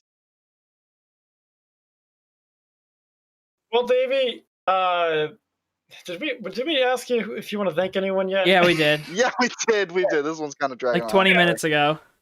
Hey, I'll tell you what, though. Congratulations once again on the win. And, you're in a good position for the playoffs. Keep it up. And, yeah. Yes, sir. And also, make sure to tune into the Rolex 24 after this broadcast is over. It's one of the best races in the world. Thank you. Davey Hazard, driver number 75 for PTR. And Tommy, that's it for the night, ain't it? Made it. The 2.4 hours of Pocono are over. We're a little older now, a little wiser too. But I think we learned a lot about ourselves, and that's what's important. Yeah, if I had to sum up tonight's race, it was long, it was a drag at times, but we hope that we made it just as exciting as they always are here on JTN for you at home. Remember tomorrow night, because now it's Sunday morning on the East Coast, or Monday, February 1st, 8:40 p.m. Eastern Time, the Excel Racing Daytona Shootout. It's going to be a fun time. Excel Racing, our first broadcast with them. You're going to want to check it out. Show them some love by making sure you're watching that video. Like the video. Subscribe to JTN to make sure you get notified of when we go live. Or if you can't make it Monday night, well, you're going to want to make it next Saturday night, Tommy, because we're going to Knoxville for the Dirt Derby, which is going to be a heck of a show for these boys here at the USORL. Hey, Joe, and I'm really excited. That's the Maiden Dirt event on JTN. You don't want to miss that one. I think it's going to be really exciting. Should be an interesting format, I think, with some heat races, if I recall correctly, from the last time I raced there. So, yeah, should be a fun time. And boy, there's going to be mud flying, Joe. I gotta make sure I'm behind some kind of glass or something like that. Yeah, we'll make sure we're up at the top of the grandstand. We'll get some tear-offs on the booth just to make sure we can see through it throughout the night. No? Well, Joe, here we are. Made it. We made it. We made it to the end of this thing. Thank you so much, everyone, for tuning in.